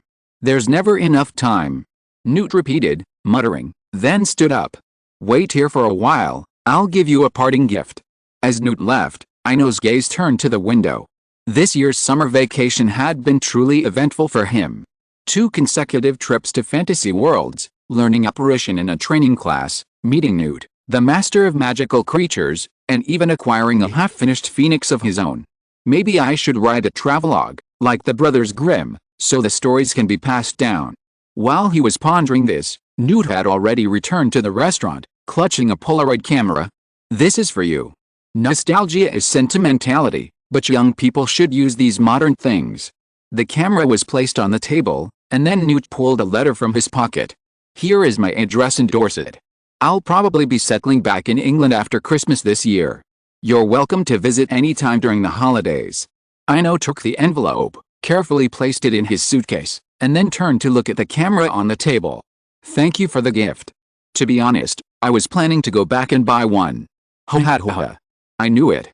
Your eyes can't fool me." "They can't fool me, not even Dumbledore," Newt laughed happily. Hearing Newt's laughter, Ino couldn't help but laugh too. After a while, the laughter in the restaurant gradually died down. "Ino, our plan remains unchanged. We're still going to allow publishing.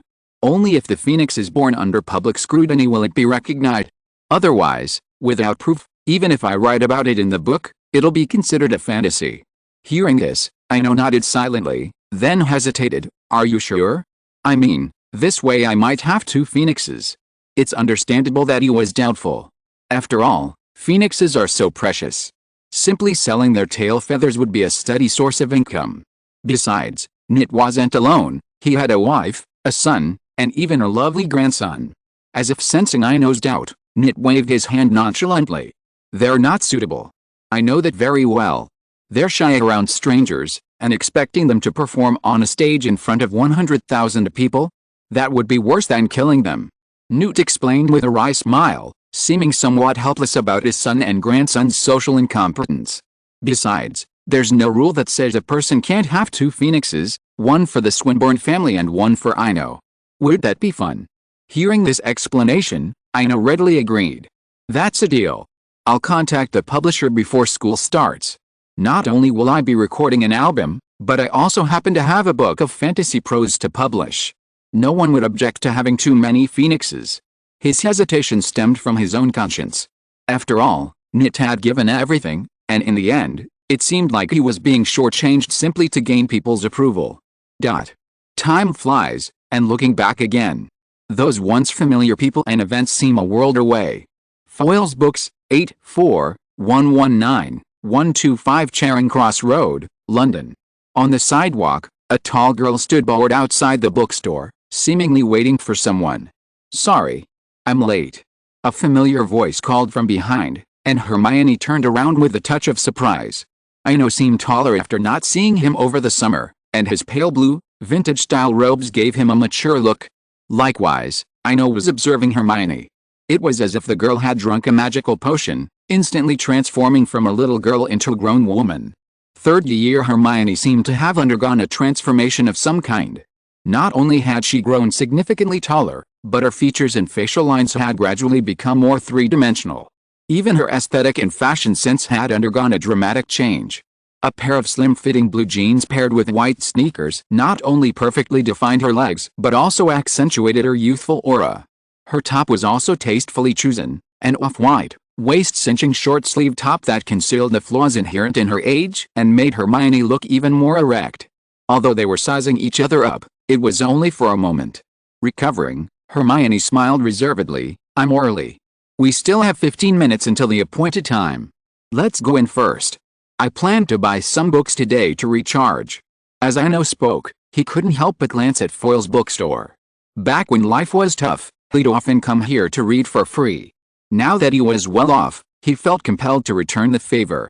On the 5th floor of the bookstore, in the leisure area, Hermione looked at Ino with some confusion. In just half an hour, over a dozen classics had been placed on his desk, including the familiar works Jane Eyre, The Moon and Sixpence, The Three Musketeers, and Walden. "Are you buying so many at once?" Although she loved reading, Hermione felt that buying so much at once was a bit irrational. "Not too much, is it? It's mainly because I want to write a novel, and I have to draw inspiration from these classics. Otherwise, no one would care about what I write." Ino explained nonchalantly to Hermione's confusion. He knew that to polish a good work, one couldn't even begin without reading a dozen classics on the subject. Context, wording, overall structure, and transitions, everything was crucial. Meanwhile, looking at Ino's serious expression, Hermione suddenly recalled their encounter 2 years ago, also in this bookstore, when he had used the same expression and tone to explain the value of 1001 nights. As she thought about it, she couldn't help but chuckle. "Well, Mr. Liar. You're trying to make up a story to trick me again." Things had changed, and facing Hermione's teasing, Ino retorted as he always did, "Miss Rabbit. Have I ever lied to you? I'm always accurate in my divinations." As they spoke, they exchanged glances and laughed to themselves again. A moment later, Hermione pulled a £1 note from her pocket and gently placed it on the table. "Ino. Do me another divination."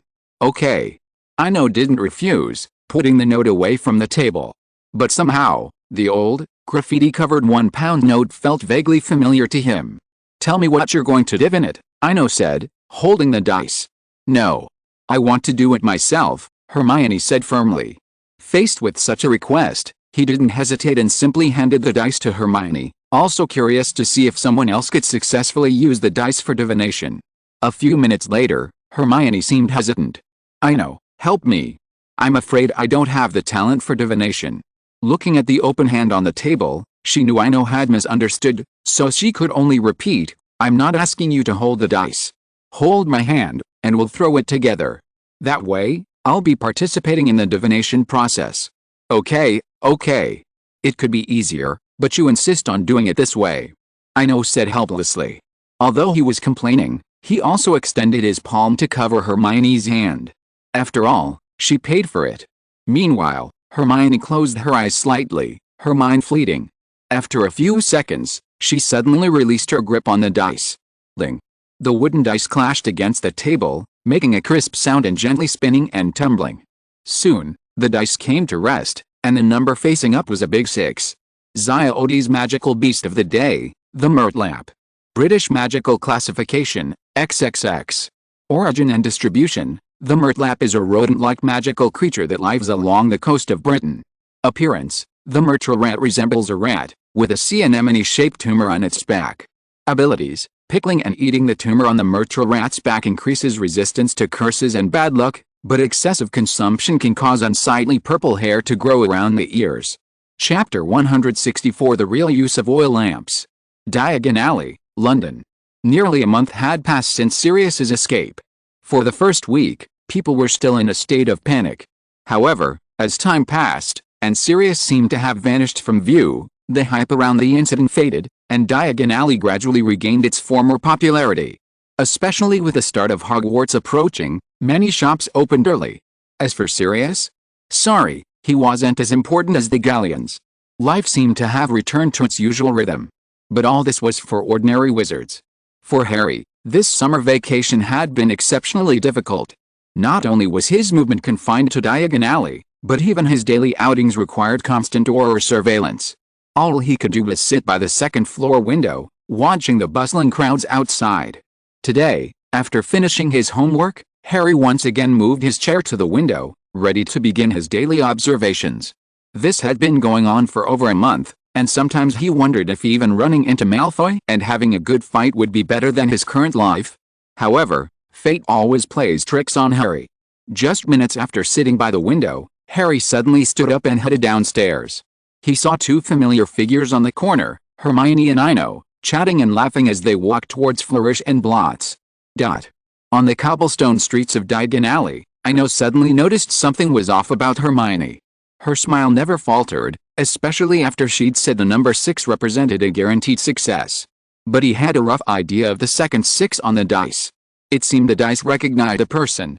Otherwise, even if Hermione had divined whether Hogwarts would reopen normally this year, the result would most likely have been a 5, not a guaranteed success. But it's best to keep a low profile. Sometimes, divination is like therapy, it's all about making the person happy, there's no need to be overly calculating. Ino, what electives are you taking for your 3rd year? Hermione asked curiously as they walked down the street. Ancient runes and care of magical creatures, 2 courses that interest you, are enough. Perhaps anticipating Hermione's question, Ino spoke of his plans without hesitation. 2 electives were sufficient, taking more would be a waste of energy. Besides, he had no plans to work at the Ministry of Magic, so even if he earned 12 certificates, he wouldn't have anywhere to use them. You're not planning on divination? Hermione paused, a hint of disbelief in her tone. Facing Hermione's confusion, Ino offered his own answer. Divination is mysterious and powerful. But I don't want to become overly reliant on it. As they chatted, a faint voice called from behind, Hermione. And Mr. Swinburne. So good to see you. Harry spoke, trotting towards them, followed a few meters behind by an adult wizard. Long time no see, Mr. Potter. Ino greeted with a smile, glancing at the adult wizard across from him, who returned a friendly smile. Harry? You're here too? Hermione asked, her tone lacking in concentration, as if she'd just heard the doorbell ring while eating dinner. Of course I'm here, and I've been here for over a month, living in the leaky cauldron the whole time. Asked about his sorrow, Harry spoke with a somewhat downcast expression. But after a brief pause, he began to recount his experiences. It seemed he'd been alone for so long that he couldn't stop talking, not even noticing Hermione's expression. The three of them walked towards Flourish and Blots. Once inside, they noticed a stark difference from the bookstore of yesteryear. It usually displayed gilded magic books as thick as paving stones, but now, behind the glass, was a large iron cage containing about 100 copies of monster books of monsters. The books were tangled together, clashing fiercely with each other like a fierce wrestling match, with shredded paper flying everywhere. Why would the boss want to buy these books? Harry asked curiously. Because it's listed as a textbook for care of magical creatures. Did you even look at the school year notice from Hogwarts? Hermione asked, looking at Harry with some surprise. Hearing Hermione's words, Harry suddenly felt that Hogwarts's care of magic professor might have a lot in common with Hagrid. He too pulled the list of books from his pocket and took a good look at it for the first time. It clearly stated, Care of Magical Creatures Textbook, the Monster Book of Monsters. Looking at Harry, stunned, Ino whispered, it's not Mr. Potter's fault, actually. Anyone under such near captivity wouldn't have the time to care about anything else. Hearing someone defend him, Harry gave her a grateful look. Similarly, after Ino spoke, Hermione stopped talking and cleverly changed the subject. Let's buy some books first, but they don't seem easy to get along with. You're right.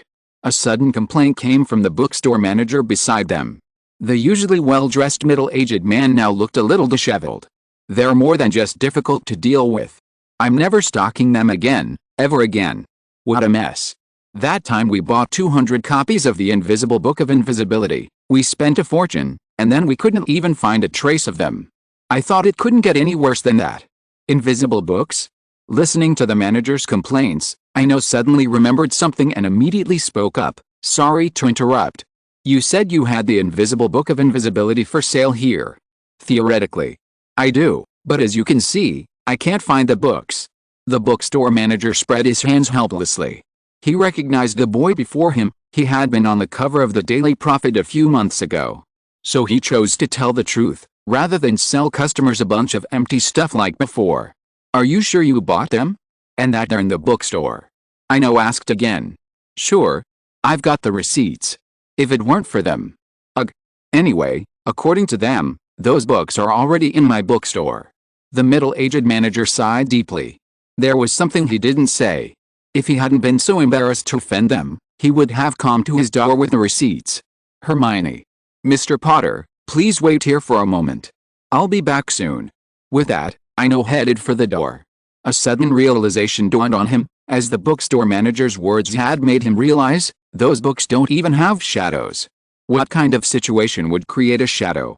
It must be caused by a light source. This reminded him of the oil lamp that could illuminate illusions. That was why he had left so hastily, wanting to find a deserted place to take out the oil lamp from the shelter and experiment with it. Chapter 165, The Invisibility Book of Invisibility. Flourish and Blots. After Ino left, the bookstore erupted in chaos. The cause was Hermione and Harry's request to buy books. This should have been a joyous occasion, but the bookstore manager's face was filled with bitterness.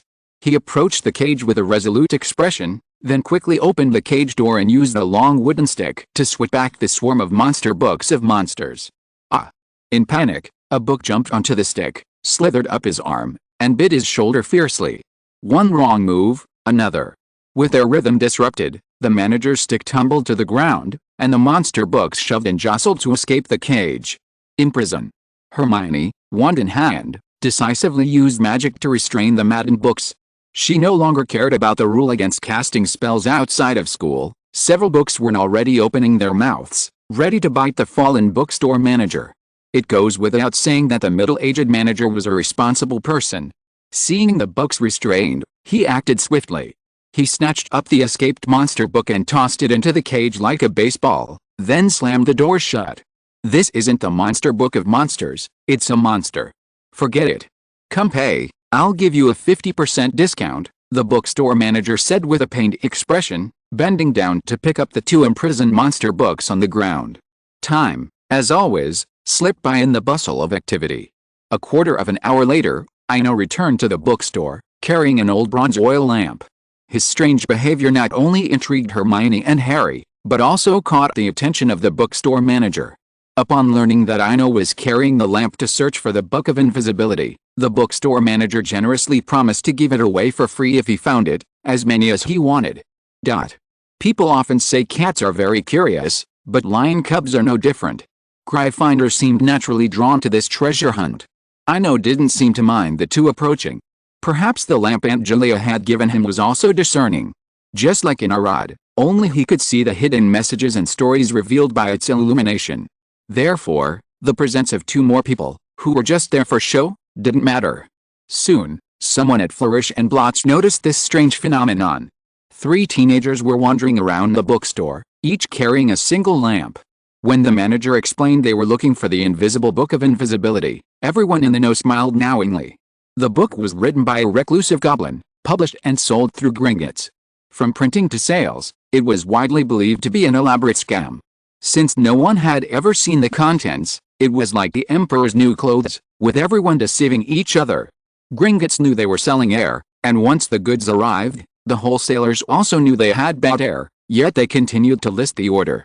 Honestly, the bookstores were suffering. Perhaps these actions were truly outrageous, and the Ministry of Magic quickly ordered them to cease. After all, the shame was spreading abroad. However, because there were only a few hundred books involved, both the quantity and the amount involved were too small, and the matter ultimately fell through. After all, those who could challenge Gringotts wouldn't bother making such a fuss over such a small matter. And those who couldn't, like the bookstore manager, could only consider themselves unlucky. Meanwhile, inside the bookstore, Ino, holding a lantern, carefully searched the corners for clues. Behind him, the two men were simply enjoying the treasure hunt. Perhaps it was Harry's recent discovery of a copper nut in a corner that greatly enhanced the fun of the game. A bookstore less than 200 square meters, despite its numerous shelves, wouldn't take too long to search through. After a dozen minutes of searching, Ino's attention was caught by a nearly crumbling bookshelf, or, more accurately, the floor beneath it. A few silver shimmering books were scattered across the upper panel.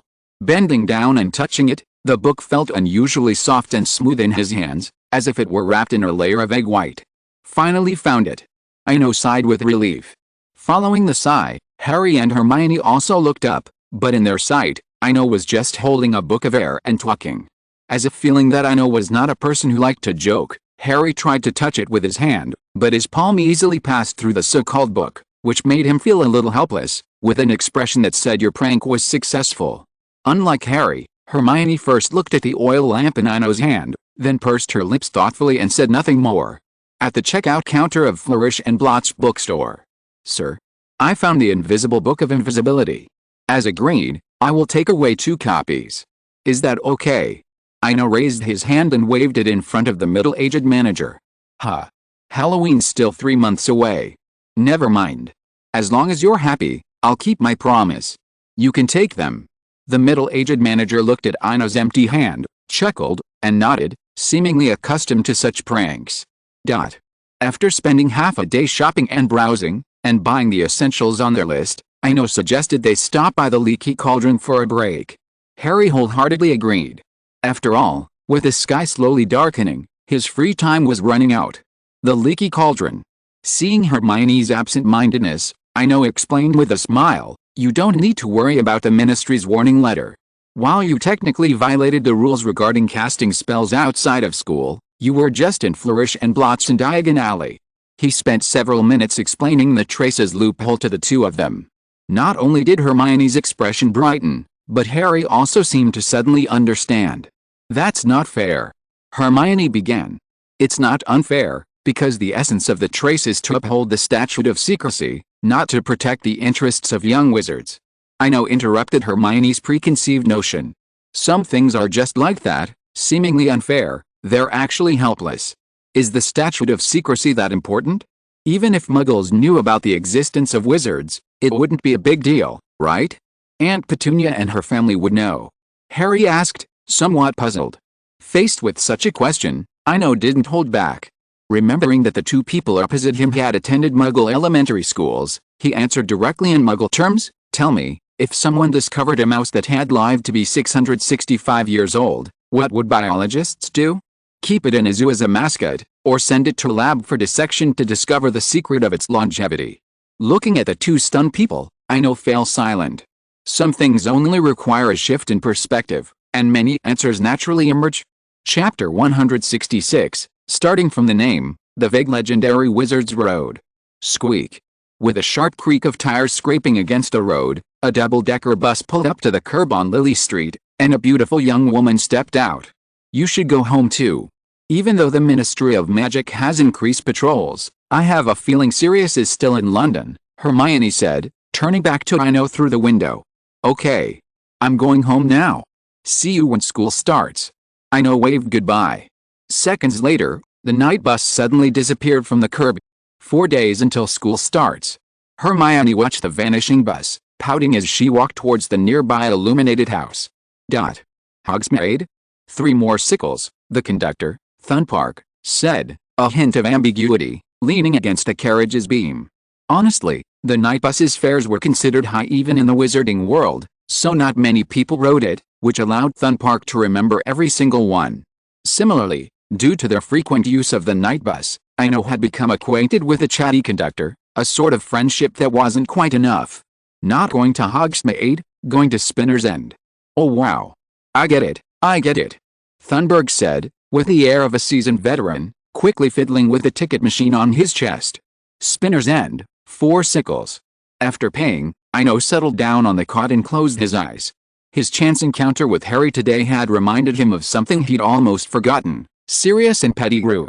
Rather than leaving them to the Dementors, it would have been better to inform Snape early. Sirius aside, at least Pettigrew could have attacked them directly on the train, leaving Peter with nowhere to escape. This would have not only repaid Snape's favor, but also kept the number of third-year students from causing trouble, giving him the chance to deal with the basilisk. It seemed like 50 years had passed, and Dumbledore still clung to Myrtle's death, even though he wasn't even headmaster at the time. Gradually, Ino recalled the scene in Newt's courtyard. Dumbledore's response to the basilisk's existence was firm: it could survive, but it had to be driven completely out of the castle. That's a good idea, but I can't keep it alive. Thinking of Dumbledore's inexplicable look, Ino felt like laughing. It seemed like another misunderstanding. Perhaps he'd been categorized as a Slytherin descendant, even linked to Parseltongue. Similarly, he felt the surname Swinburne seemed inherently troublesome, which made him want to return to his former orphanage and ask the old woman in person where she'd found the name. After all, in the wizarding world, names themselves carry a certain mystical power. The most obvious example is Voldemort, who made wizards across the British Isles afraid to address him. The mere mention of his name instilled fear, a fact that made no sense without some kind of magical element. Similarly, Dumbledore's name seemed to evoke mysterious effects on those who heard it, such as calming and reassuring feelings. Suddenly, a word flashed through Ino's mind: legend. Legend, the word originally meant to describe people and things imbued with poetry or mystery, also held strong symbolic meaning, such as heroes, war, and love. Living legends seemed to possess an even more mysterious power, evoking feelings corresponding to those symbolic. This was like Voldemort's slaughter and terror, Dumbledore's love and sacrifice. Even back in Narnia, the animals felt a piercing chill and fear when they uttered the White Witch's name. Perhaps a truly legendary wizard possesses more than just unparalleled magic and immense power. Perhaps magic and power are only the starting point. Ino muttered, looking out the window. The night bus sped along the road, and the scenery outside flashed by in an uncanny way, like a series of distorted slides. Squeak. Another sharp brake screeched, the overwhelming inertia interrupting Ino's thoughts. Spider's End, we've arrived. Thunberg's distinctive accent echoed through the carriage. 19 Spider's End. This was the address Ino had deliberately asked Dumbledore for at Newt Manor, so he could easily find Snape. But over the next 10 days, he'd gradually forgotten about Sirius, until Harry brought it up again today. Walking down the somewhat dingy Spider's End, it was hard to imagine that London, England's capital at the end of the 20th century, could hide such an ancient 19th century street. The only good news was that, although it was shabby, it had corresponding house numbers. 17, 18. Looking at the house numbers one by one, Ino finally found 19 Spider's End, the residence of Severus Snape. A small, tan wooden building, even the window lattices were the antique wooden lattices of the last century. The stained glass windows seemed to have been weathered by time, and had long since become blurred. But it was precisely this blurriness that gave the old Spider's End a hazy feel. Knock. Knock. Ino walked forward and knocked on the door. After waiting for about 10 seconds, the door suddenly opened from the inside. Snape stood there expressionless, still dressed in his long, black robes. "I don't remember telling you the address here." "Excuse me, Professor Snape," Ino said apologetically. "I asked Headmaster Dumbledore for the address. I'm here today for something important. I'm afraid I'll miss a great opportunity when school starts in a few days." Snape didn't reply immediately. Instead, he silently studied the students before him. After a moment, he said, "Follow me."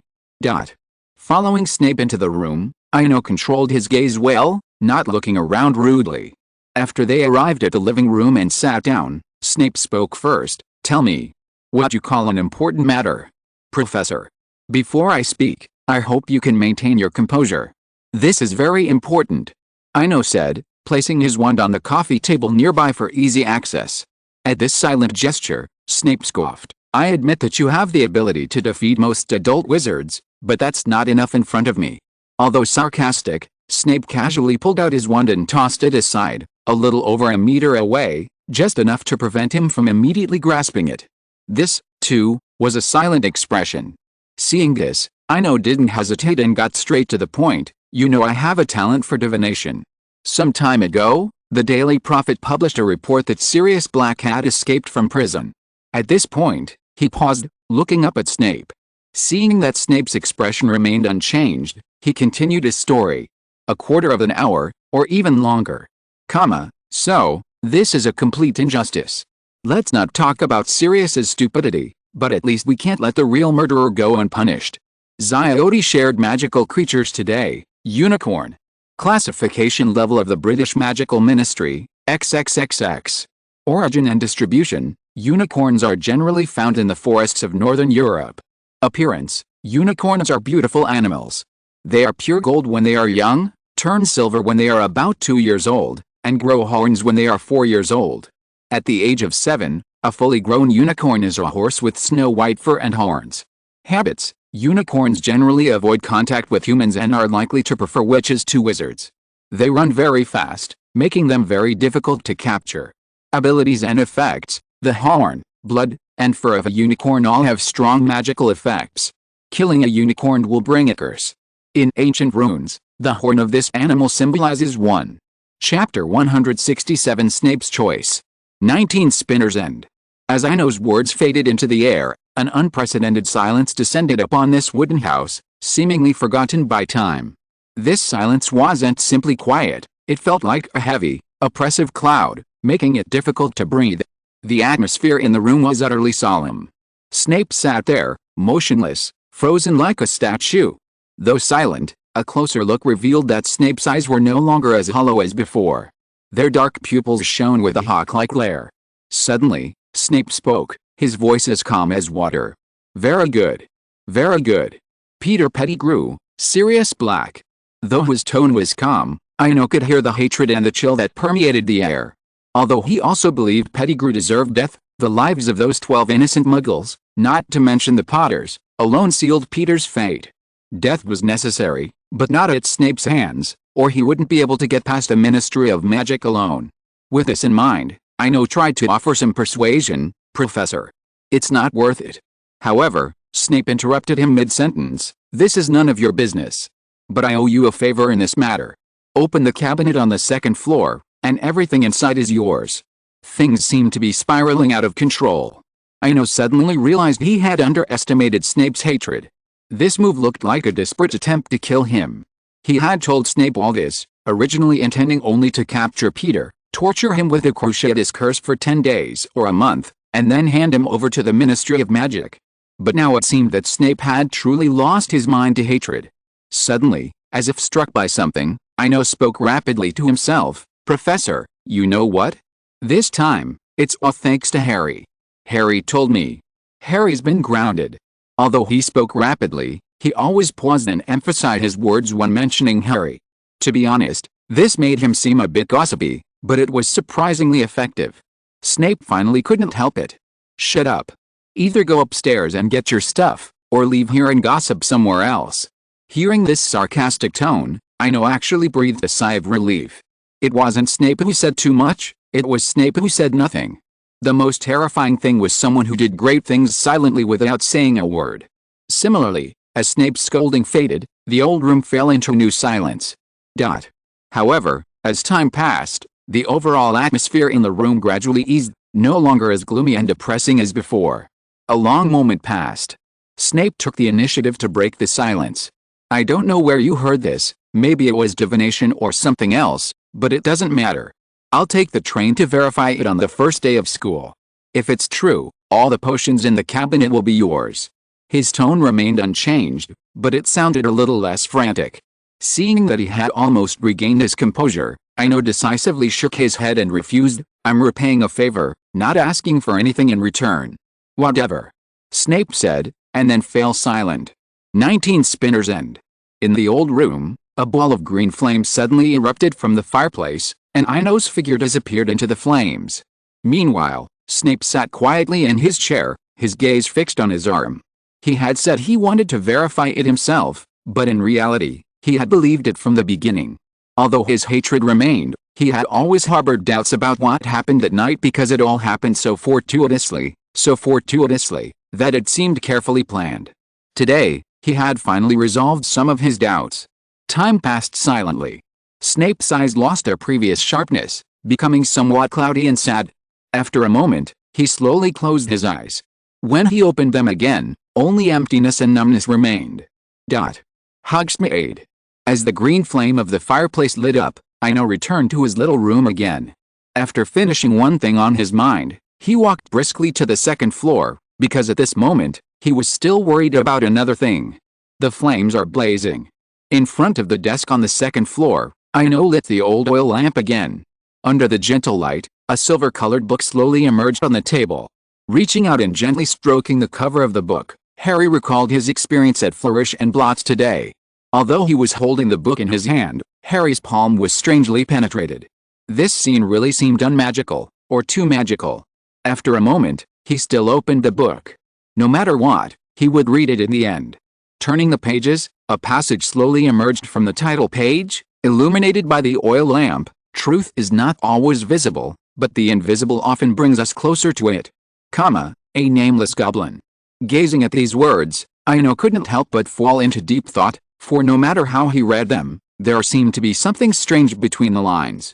Thankfully, this was a Harry Potter story. Had it been any other, unknown story, he would have turned away the moment he saw these words. Without hastily turning to the second page, Ino leaned back in his chair, savoring this philosophical yet mysterious statement. Invisible things, but existing just by seeing? Invisibility, the invisible book, the invisibility cloak. The invisibility cloak. He sat up abruptly, his mind racing. He recalled a legend from the original story, the legend of the invisibility cloak recorded in the tales of Beedle the Bard. Death is invisible, and so is the Grim Reaper. Yet, in the story, the three brothers not only met the Grim Reaper but also received a literal gift, which even became known as the Deathly Hallows. Thinking of this, Ino glanced back at the words on the title page, and a new perspective dawned on him. Hogsmeade seemed unusually quiet in the darkness of the night. So quiet that time slipped by unnoticed. Before dawn, Ino extinguished the oil lamp on his table, and with it vanished the invisible book of invisibility. Having spent nearly an entire night, he had, to be fair, finished the book in its entirety. First, it's worth noting that this book has nothing to do with the Deathly Hallows, not even remotely. It's all about one thing, or one theme, the ancient runes, hidden. The opening words on the title page were likely a deliberate addition by the author to elevate the book's tone. While all well and good, this self-proclaimed nameless goblin author forgot one thing: the ancient runes possess magical powers. Yet, the author cites them extensively throughout the book, seemingly completely and thoroughly explaining the concept of hidden. However, as time passed, the book itself naturally became obscured. Chapter 168: Discussion with the Publishing House. The sun was slanting down, reaching its zenith. In the quiet room, Ino was sound asleep until a sharp knock on the window shattered the stillness. Knock. Knock. A gray-horned owl stood outside the window, persistently tapping on the glass with its stout beak. Lena, answer the phone. No, open the window and let it in. It's knocking. Ino lay in bed, not even raising an eyelid. After a moment, a cold response echoed from the ceiling. Are you sure? If it freaks out, it's none of my business. Oh, okay, I'll do it. Finding sleep, Ino opened his bleary eyes and rummaged around in his pillow. With a flick of his wand, the window flew open under the influence of magic. The owl, seemingly impatient, flew in and dove directly onto the bed. A few minutes later, looking at the letter in his hand, Ino reluctantly stood up and headed for the bathroom. On the bed lay a letter bearing the wax seal of Ida Publishing House. It feels like you're busier than the king. Lena, perched on the ceiling spiderweb, looked down at the listless figure below and, in a rare moment of joking, offered a joking remark. Hearing this, Ino paused, sighing inexplicably. You'll be just as busy sooner or later. That world is full of hidden dangers. A giant blue acromantula suddenly emerged from the ceiling spiderweb. I know, but as long as their high code doesn't reject me, I won't cause trouble. Hearing this sigh, Ino recalled his conversation with the dwarf Simon. Narnia rejected all outsiders. He also considered why Santa Claus ultimately chose to deliver gifts. First, his age, an 11-year-old, fitted perfectly with the Narnian world. Second, his kindness in releasing the talking rabbit convinced the High Code to accept him. And the executor of all this was Santa Claus. Perhaps accepting those precious gifts would ensure his eternal demise. Then, Ino gently shook his head, shaking off these meaningless thoughts, and looked up at the ceiling. Although that story doesn't exclude different musical compositions. Never mind, we'll talk about it later. After school starts, I'll take you to the Hogwarts library. There are many rare books that can't be bought. He always felt grateful to Lena and the former White Witch, just as he did to Snape. Therefore, the best approach was to allow them a certain degree of freedom, visiting like old friends every few decades, rather than forcing them to stay by his side and treat them like pets under the pretext of the asylum. This had nothing to do with stance or worldly matters, it was simply a matter of principle. Ino was well aware that he didn't have many lofty sentiments of devotion, but he did have the basic conscience of an ordinary person. A favor must be repaid. 3:30 p.m. On the west side of Diagon Alley, just outside the main entrance of Gringotts, in front of a side fork, Ino, holding a wax-sealed letter, slowly walked into the relatively quiet alley. Number 21, South Side. He walked slowly, for finding the small house number amidst the relatively tall buildings was a real challenge. What a habit of the rich. Ino sighed softly, observing the relatively luxurious buildings on either side. The alley on the south side seemed like a wealthy area of London. There wasn't much movement here, but both the environment and the architectural style hinted at something. The people who live here were not ordinary people. A moment later, as time passed, he finally found his destination. A white, 5-story building, with 3 light brown letters hanging in the center, LA. Gazing at the luxurious building before him, Ino leisurely ascended the white marble steps. Entering the lobby, he was greeted by a cacophony of voices. This was a busy publishing company. After handing over his letter at the front desk, he was led to an office on the top floor. After the receptionist left, Ino took in the surrounding furnishings. It was an unusually simple, even austere office, completely at odds with the overall building's style. Although he was a little surprised, he wasn't particularly curious. He was here to publish a book and a record, so the office's style had nothing to do with him. With this in mind, he quietly sat on the wooden sofa, waiting. About a quarter of an hour passed. The office door opened, and a burst of hearty laughter wafted in. Ha ha ha, finally, I've been waiting. Newt wrote me about this before. Ino turned and saw an elderly man, also with white hair and beard, walk in. For some reason, his shrewd eyes seemed familiar. Despite the thought, He stood up and politely said, "Hello, sir. I apologize for being delayed by personal matters." "No need to apologize. We didn't have a specific time." The elderly man walked into the office, extended his hand, and said seriously, "Welcome to La Publishing, Mr. Swinburne. I'm the owner, Knock Flint." Suddenly, Ino remembered the source of his familiarity, another Flint. This demeanor mirrored Marcus Flint's earlier demeanor, a supremely shrewd and reasonable approach. Though he sighed, he immediately extended his hand. After shaking hands, Flint spoke bluntly, "Mr. Swinburne, I learned about you after receiving Newt's letter. Honestly, I believe you have the potential to become the next Weird Sister, even surpassing them, but it requires some form of promotion." There was a brief pause, and Ino recognized the tone.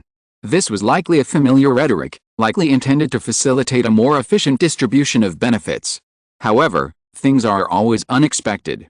After a pause, Flint suddenly changed the subject, "But these are minor matters. We at law are our forte. Similarly, when it comes to the distribution of benefits, we will follow the standards of the Weird Sisters."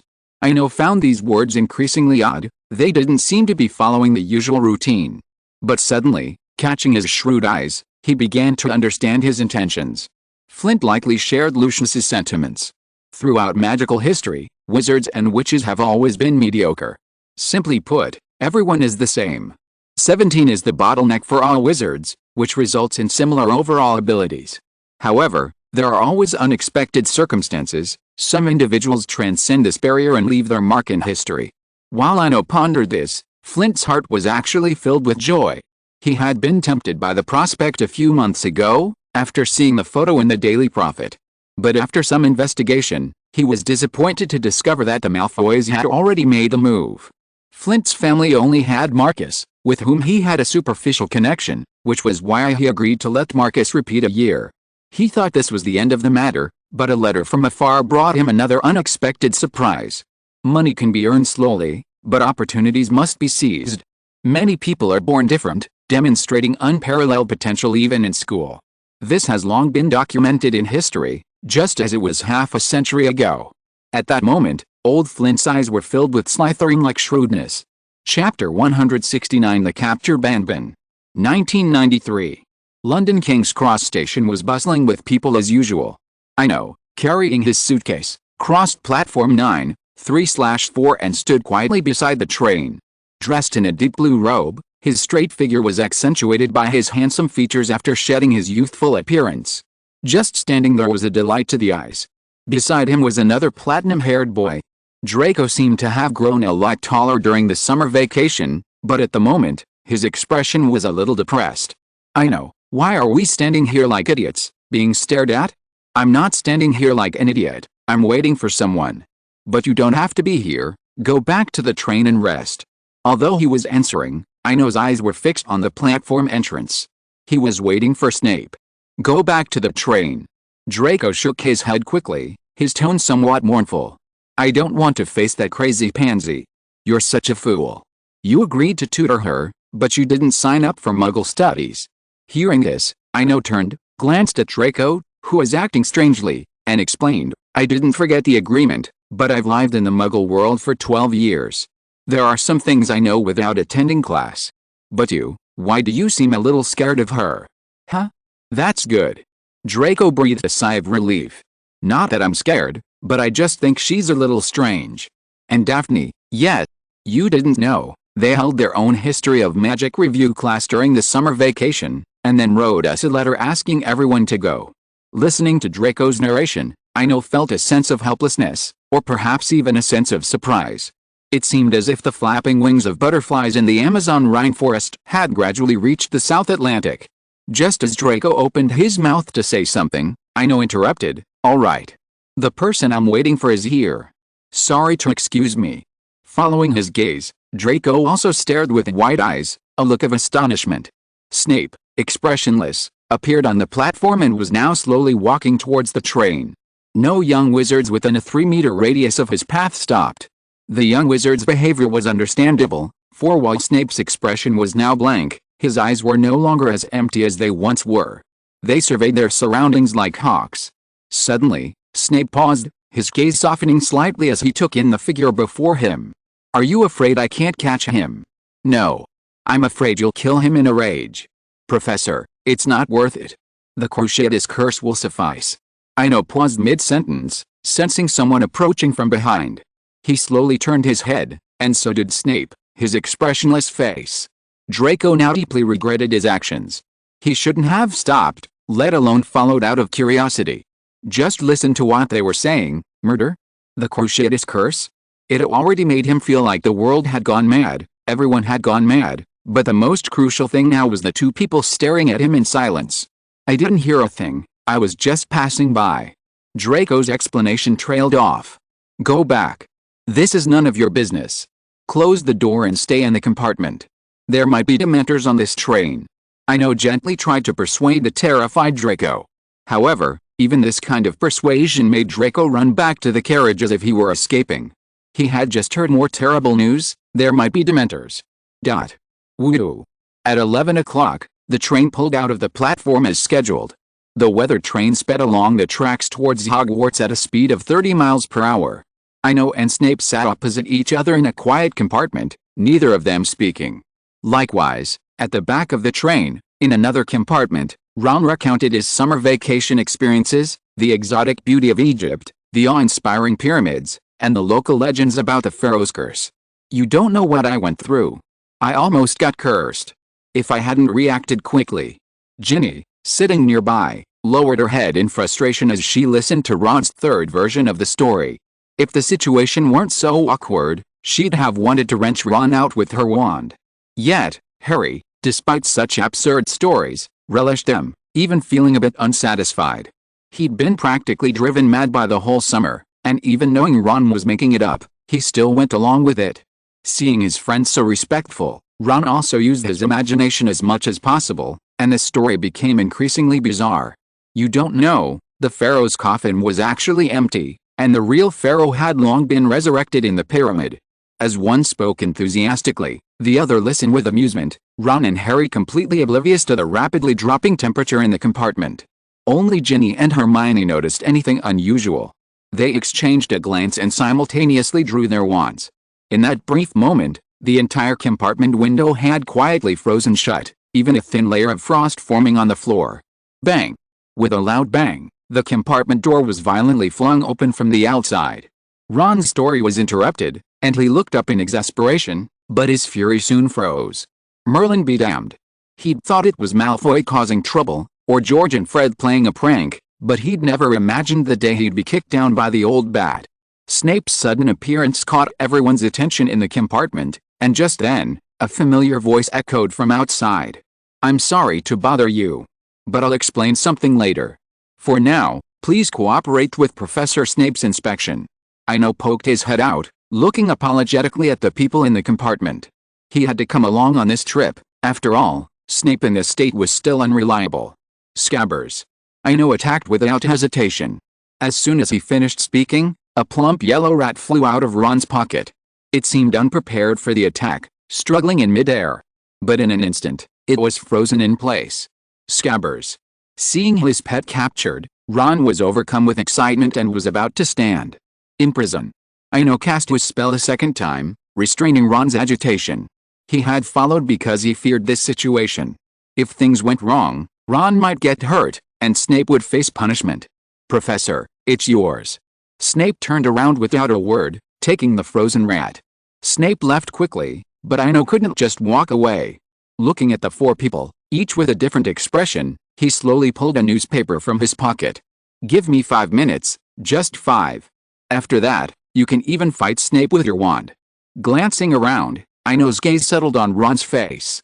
But similarly, upon hearing about a fight with Snape, Ron felt like a deflated ball, and stopped struggling. Ziodes Fantastic Beasts Today, The Golden Snidget. British Ministry of Magic Classification, XXXX. Origin and Distribution, the Golden Snidget is now a protected species.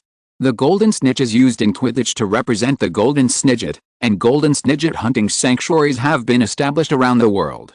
Appearance: the Golden Snidget is an extremely rare and specially protected bird. It has a plump body, a long, narrow beak, and a pair of gleaming, ruby-like eyes. Because its feathers and eyes are so valuable, Wizards once threatened to hunt it to extinction. Powers and uses. The golden snidget is an extremely fast bird, its wings capable of flexible rotation, allowing it to change direction with incredible speed and skill. If you're listening to this novel on a channel other than Fanfic World, it means they downloaded and uploaded it without effort. We cordially invite you to visit our channel, Mundo Fanfic Novelis. There you'll find the original version of this story, and you can explore many other novels of various genres. We're waiting for you to immerse yourself in a world of incredible novels. Chapter 170, Past Events Hidden in the Years. In the cramped train compartment, Ron's violent struggles suddenly ceased upon hearing he was about to confront Snape with his wand in hand. Of course, he'd still twitch occasionally, seemingly expressing his reluctance. Ultimately, it wasn't a big deal, at least that's how the other three people in the compartment viewed it. Leaving Hermione aside, Harry, after the divination, already had his subconscious trust in Ino. And Ginny was even more so, considering it had only been a year since the incident with Tom's notebook. Seeing the tension in the compartment had subsided, Ino spoke up, "This concerns you-know-who. Or rather, Harry's parents." With just one word, Ron fell completely silent, silencing even the slightest struggle. Harry, on the other hand, seemed a little nervous. Since entering Hogwarts, or rather, Diagon Alley, he'd heard almost nothing but praise, yet not a single mention of his parents. As everyone quieted down, Ino untied Ron and continued slowly. This story begins 30 years ago. It was a new school year, and Hogwarts welcomed a new class of students: James Potter, Sirius Black, Lily Evans, and Severus Snape. He began the story from the beginning, not intending to conceal the details of previous generations. This was to prevent Harry from hearing only a partial understanding and then running back to Snape, swearing his father had saved him. 4 Gryffindors shared similar interests and formed a small group. They even gave it a resounding name, the Marauders. They also embarked on a series of activities they considered to be pranks. As time passed, Ino reached a turning point, the climax of the entire early story, Snape being hung upside down in public. As the story progressed, Harry, listening in, grew increasingly eccentric. For some reason, he couldn't help but picture Malfoy, parading around with his 2 lackeys. The difference was, the group in the story was even worse than Malfoy's. At least, the worst Malfoy had ever done was bully Neville. But his father and friends had tricked a classmate into being with a werewolf, though thankfully, nothing tragic had happened in the end. At that moment, Harry finally understood why Snape had always targeted him. He now felt that Snape's mere targeting without actually taking action was a great act of restraint. The story continued. As time passed, the plot progressed. Ino noticed the change in Harry's expression. It was obvious that Lily's genes were indeed strong. Her child not only had eyes like her, but also a certain personality. Perhaps it was true that the eyes were the windows to the soul. As if tired of standing, Ino waved her wand, and a frosted Pantone chair rose from the empty space by the cubicle door. He slowly sat down with his back against the door and continued the story. So, the Potters planned to use the Fidelius charm to create a safe house, but the secret keeper is the most important element of the Fidelius charm. 10 minutes later, with a final note, the story of 30 years of grudges and grievances between generations of family members had come to a complete end. "I'm going to kill him." Harry stumbled to his feet and rushed out the door recklessly. Ron, standing beside him, hugged Harry tightly. He was truly terrified, thinking of having shared a bed with a dark wizard, a Death Eater, for years. But now, he was even more afraid that Harry would do something foolish in his impulsive state, so he used all his strength to hold on tightly, not letting go. Meanwhile, perhaps out of grief, or perhaps because he hadn't stood firmly at the beginning, Ron pulled and dragged Harry, causing him to fall completely onto the bench in the compartment. When he raised his head again, his face was covered with silent tears. So many years of grievances, a childhood without parental love, ridiculed by classmates, bullied by Dally. And all this tragedy had been caused by that traitor's betrayal. He truly wished he could kill Peter right then and there. As Harry felt overwhelmed with grievance and grief, a small flame suddenly erupted before his eyes. The bright orange light brought a long-lost warmth. Through the burning flames, Harry seemed to see the most beautiful scene, the one he had seen in the mirror of Erased. Father, mother, and elderly grandfather, the whole family sitting together happily. Mr. Potter, I hope you won't do anything foolish. You are not alone. They are always there for you, and you have found your friends now, Ino said in a deliberately soothing tone. He waved his wand, and a foot-long candle appeared on the table. The small orange flame, as if possessed of its own accord, flew to the top of the candle and burned quietly. At the same time, Ginny, who had been silent until then, took up the conversation. Harry, don't let hatred cloud your heart. You still have friends, and we still have you. As for that traitor, rest assured, I won't let him off easy. Under the orange candlelight, Ginny gazed into those emerald green eyes. The lingering tears between their brows pierced her heart. It seemed like the first time Harry had ever been stared at so intently by a girl. After a moment, he turned his head away, feeling a bit awkward. Meanwhile, Ron quietly let go of Harry, because even a fool could tell something was amiss. The atmosphere seemed to be shifting. The train slowly rolled through the fields. The scenery on either side was like a flowing painting, its unique beauty displayed within the windows. However, all this beauty was fleeting. Time also slipped away with it. Before they knew it, the sky outside had darkened. Ino quietly watched the protagonists of this class's story in the compartment. He didn't regret informing Harry of everything today, perhaps because he didn't want to see a repeat of the tragedy in the future. As for capturing Peter, whether Voldemort would be resurrected in the future, and what the story would look like, he honestly wasn't worried at all. The worst that could happen was that he would suppress Harry until his death. It was like the third brother in the death story, who only took off his invisibility cloak before his death and faced death calmly. Besides, including this year, there were a full 5 years before graduation, and with the time in the fantasy world added in, there was no reason why Voldemort wouldn't be suppressed by then. Dumbledore had suppressed Voldemort for half a century, so he would definitely be able to do so even longer than the old headmaster. As if thinking of something ambiguous, Ino couldn't help but curl his lips slightly, but the smile quickly faded. He felt a chill coming from the sky, and the train was gradually slowing down. Chapter 171, Dementor Attack and Flame Changes. Under a gloomy sky, dark clouds piled up like ink, obscuring the last ray of daylight. The air was thick with dampness and decay, as if even the wind had stopped, leaving only the faint rumble of distant thunder, adding to the oppressive stillness. Suddenly, without warning, the train stopped, the roof lights abruptly extinguished, and the entire train was plunged into darkness. Except, of course, for a compartment where a candle had been lit. The faint flame illuminated the small compartment. "Are we there?" Ron asked uncertainly. The train must have broken down. Despite the darkness outside, it's only 5:30. Hermione raised her smooth wrist, adorned with a delicate woman's watch. As she spoke, a biting chill swept through her, sending everyone shivering. Damn the weather. It's only September. Ron tightened his robes. At that moment, Ino drew his wand and slowly stood up. We've been chatting for a while, and I almost forgot about them. Stay in your compartments, and don't let the candles go out. There are Dementors outside. He pushed open the door and walked out. Ron shuddered again at the mention of Dementors, turning his head and pressing his face against the window to peer out. In the distant sky, a multitude of floating figures quietly appeared. Like ghosts stripped of all color, their forms blurry and distorted, they darted through the clouds. Against the backdrop of the rain, these figures looked even more terrifying. They circled above the train like monsters harvesting souls, a chilling sight. It seemed Ron wasn't the only one looking out. From a different perspective, looking at the train from outside, one could see young wizards crouched in every window of the carriage, staring out in terror. Suddenly, the entire train was in chaos. But the panic and noise were fleeting, as they felt a profound chill, as if all hope and beauty were fading. In this despair, even shouting and struggling seemed futile, and the carriage fell silent again. Ino was equally affected. Walking along the aisle, he felt a long-lost fear. It was the orphanage where he had lived as a child. During a winter flu outbreak, he was confined to a storage room, which the children at the orphanage often called the death room.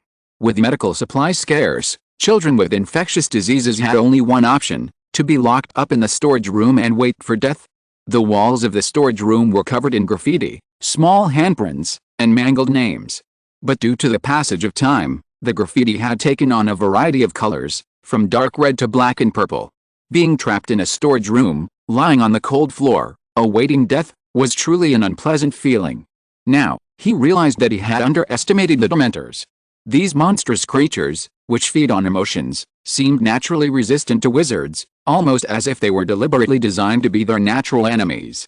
Yet, during his contemplation, Ino also failed to notice the transformation within himself. If he had a mirror, he would have seen that his former amber pupils had vanished, replaced by icy blue eyes. Clear as the sky, deep as the ocean, yet devoid of a trace of emotion. Comparing them side by side, these eyes seemed even more terrifying than Dementors. Dementors devour emotions and souls, at least preserving the veneer of life.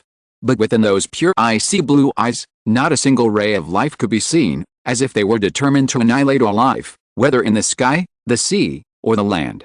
Amidst this despair, Ino quietly grasped his wand. Just as he was about to unleash his magic, a faint light suddenly shone from behind him, causing him to turn and glance. Hermione was approaching, holding a burning candle in both hands. Behind her were the other three people from the compartment, Harry and Ginny walking side by side, with Ron at the rear. The candlelight illuminated Hermione's face, a look of courage and trust. Gazing at the burning candle flame, the icy blue in his eyes faded like a tide, perhaps like frozen ice quietly melting under the heat of the flame. Blazing. Ino raised his wand with one hand, and a blazing flame rose from its tip. Just like his first time at Hogwarts, he lit a torch alone on the slippery, dark path. The flames gently dispelled the darkness and despair around him, bringing a touch of warmth and peace. He seemed to gradually understand the ancient people's reverence for fire. Fire not only warded off the cold and protected against wild beasts, but also brought spiritual comfort and hope amidst despair.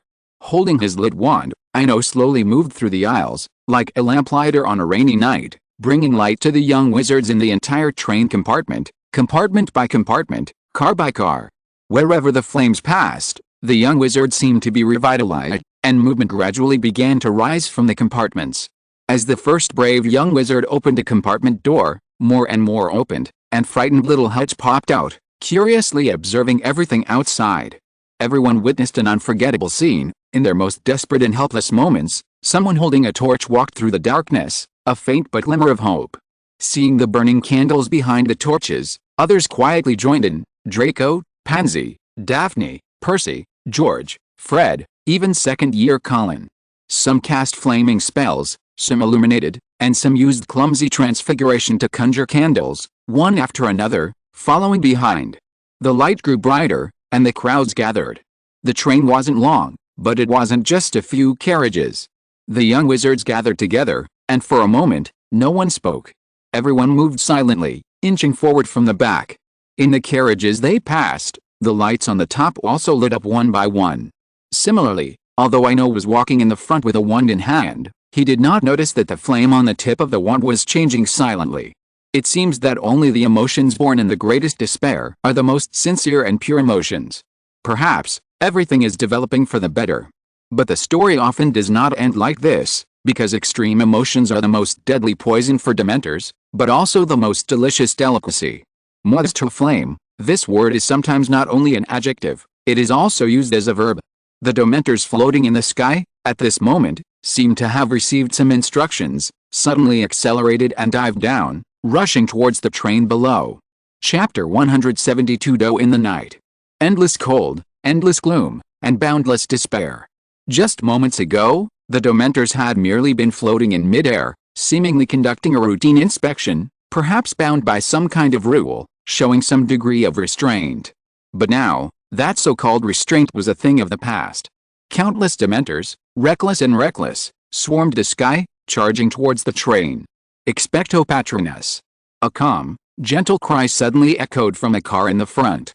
A silver doe quietly emerged, and with graceful, nimble steps, she charged single-handedly towards the countless Dementors in the sky.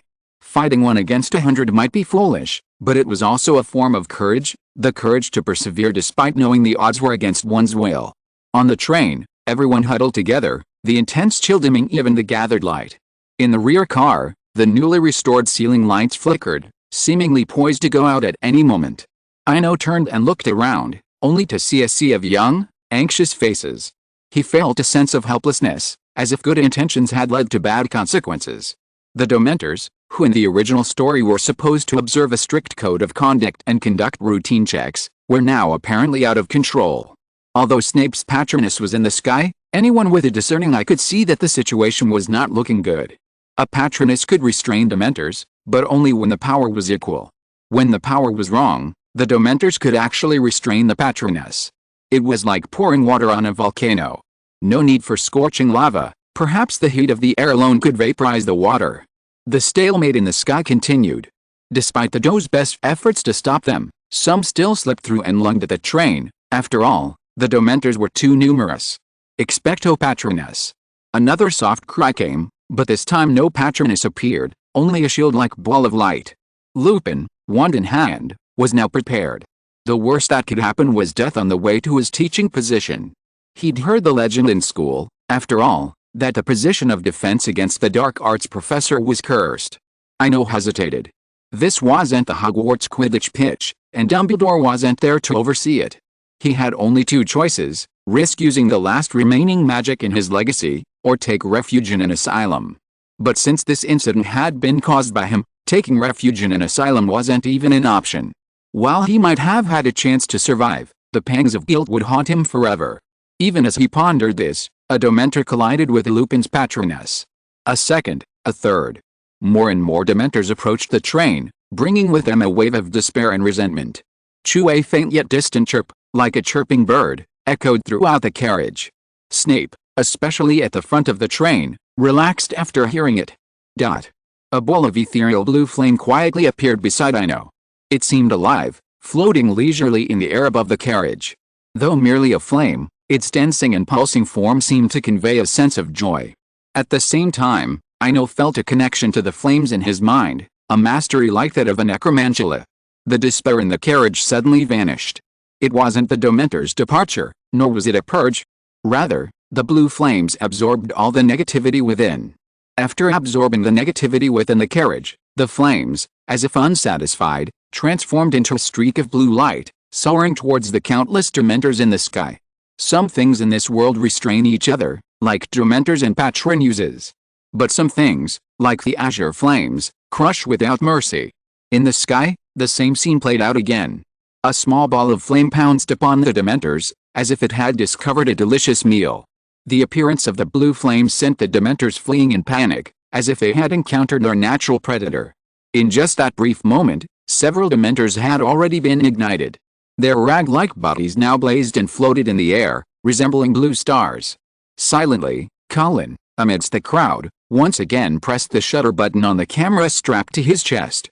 Though today's experience had left him terrified and frightened, he hadn't let go of the camera throughout the entire journey. As time passed, countless Dementors fled, and the blue flames behind them grew larger and larger. Finally, a distant, ethereal cry echoed, like a celebration of new life, yet also a whisper of the agony of death. As everyone watched, the flames in the sky dissipated, replaced by an elegant and beautiful blue phoenix. Ethereal and beautiful, no one cared to look at it for a second, for whenever they gazed upon it, they were overcome with despair and fear. It was an endless resentment that seemed poised to overwhelm them at any moment. The Dementors departed, and the train returned to normal. At a leisurely pace of 30 miles per hour, it continued along the tracks, seemingly in no hurry to reach its destination. Ino sat quietly in the compartment, facing a calm Snape. Neither of them spoke, simply sitting there in silence. At this moment, his heart was filled with joy. With the help of the Dementors, the Phoenix, whose emotions were curses and resentment, had finally hatched.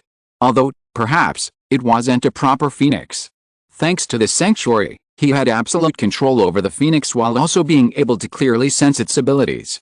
The Phoenix's powerful formlessness and rebirth remained unchanged, but two other abilities had undergone drastic changes.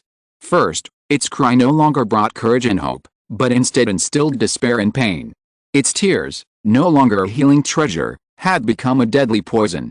But no matter how it changed, Ino remained joyful, for this Phoenix was his, and no one could change that. Perhaps because it was so young, he could only faintly sense the Phoenix's emotions, but the sense of dependence and intimacy was ever present. Then, Snape's voice echoed from the carriage again. "You'd better come up with a reasonable explanation.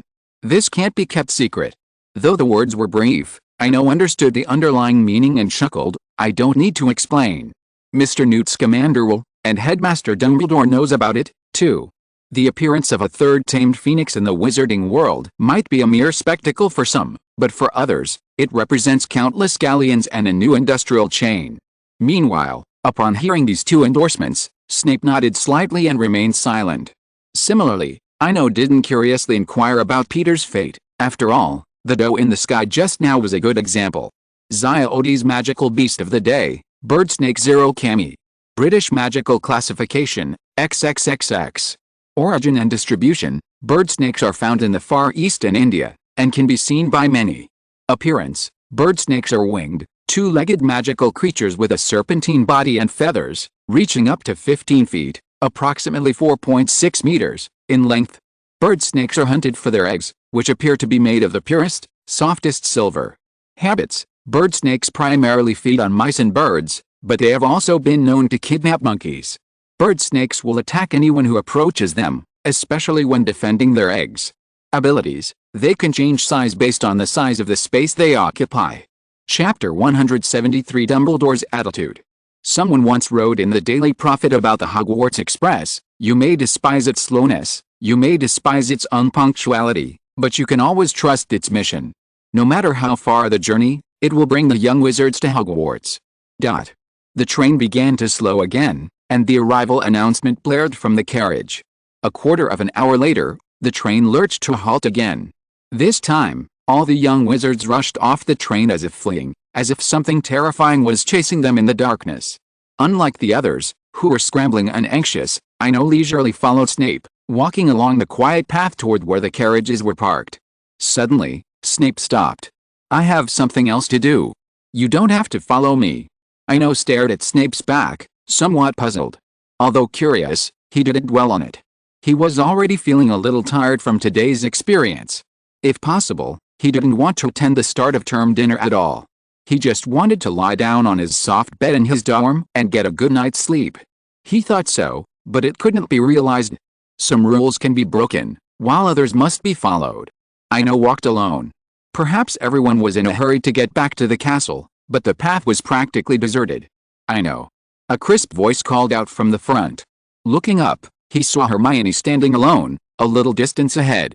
"Hermione, why are you here alone?" Ino asked, forcing himself to speak. "It's not why I'm here, but why did you get here so late? I've been waiting for ages, and you haven't gotten off. Hurry up, there probably aren't many carriages left." Hermione spoke quickly, seemingly nagging but also revealing concern. "Thank you, Hermione." Looking at the girl before him, Ino's eyes softened a little. Although it was a misunderstanding caused by a lack of information, after all, many Slytherin members knew that he and Snape were together. But no matter what the misunderstanding, their friendship remained undiminished. As they chatted, they soon reached a lawn where the carriages were parked. "Thank goodness. One's still here." Hermione sighed, then hurried toward the carriages. Ino followed slowly behind Hermione. A year later, seeing the Thestrals again had a completely different feeling. Somehow, the words written on the title page by the nameless goblin resurfaced in his mind.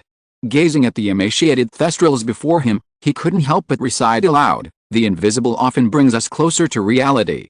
Suddenly, a voice rang from the front seat of the carriage. "I like that saying. Many things can't be seen, but that doesn't mean they don't exist. Just like the harassment fly, many people can't see them." As Ino heard the harassment fly, he had already identified the figure in front of the carriage, Luna Lovegood, the crazy Ravenclaw girl. "Although I haven't seen any harassment flies, I'm certain of one thing, just because you can't see them doesn't mean they don't exist." As Ino finished speaking, a figure in unusual attire appeared on the front seat of the carriage. A striking woman, her appearance perhaps not conventionally beautiful, but her unique aura was impossible to ignore. Ethereal and otherworldly, like a spirit reclusive in the forest. It looked as if she had just been reclining in the chair. Luna's hair was a bit disheveled. But it was this perfectly balanced dishevel, paired with her exaggerated butter-colored glasses, that gave her a sense of otherworldliness. "If you could you please get in the car now?" Hermione said, a little irritated. She had seemed so exhausted and ready to fall down on the road a moment ago, but now, upon seeing the other girl, she perked up and even engaged in lively conversation. Although she didn't understand the harassment flies, after hearing the words visible and invisible, Hermione had a rough idea of what the two were talking about. A section of Hogwarts history records that, starting in second year, students must arrive at a castle in a carriage, pulled by 4 magical creatures called the Thestrals, invisible to the naked eye. While legend has it that seeing a thestral is unlucky, she wanted to see one now. Otherwise, she'd just have to watch Ino chatting with others, just like she used to at the elementary school gates. Perhaps sensing something, Luna turned her head leisurely and looked at Hermione. "You're lucky you can't see them. That's a lot less troublesome." Hermione blushed at her sudden realization, but remained stubborn. "That's not necessarily true. How do you know I can't see them? They look like horses, are tall, have bat-like wings, and are so thin you can see their bones." Hermione recited the description of the thestrals verbatim from the book. However, Luna didn't respond, lowering her head to study the bottle cork necklace around her neck. Honestly, this was a bit rude. As the initiator of the conversation, someone suddenly ignored him after just one word. But Luna, perhaps, couldn't be treated the same way. Seeing Hermione about to explode, Ino reached out and patted her shoulder to prevent a conflict. "Get in, or you'll be late for dinner." Perhaps the word late had a magical effect on good students, but Hermione suddenly became obedient and quietly boarded the carriage. Sensing no one else would board, the thestrals slowly made their way towards the castle. The carriage drove along a quiet lane, silent except for the clatter of wheels. Just as I thought it would remain silent forever, Luna's distinctive, ethereal voice rang out from outside the carriage. "Do you believe in nuisance flies? They're invisible creatures that fly into your ears and mess with your brain. Strangely, there aren't any around you. They seem afraid of you." Unlike his usual tendency to laugh off stories, Ino pondered this time.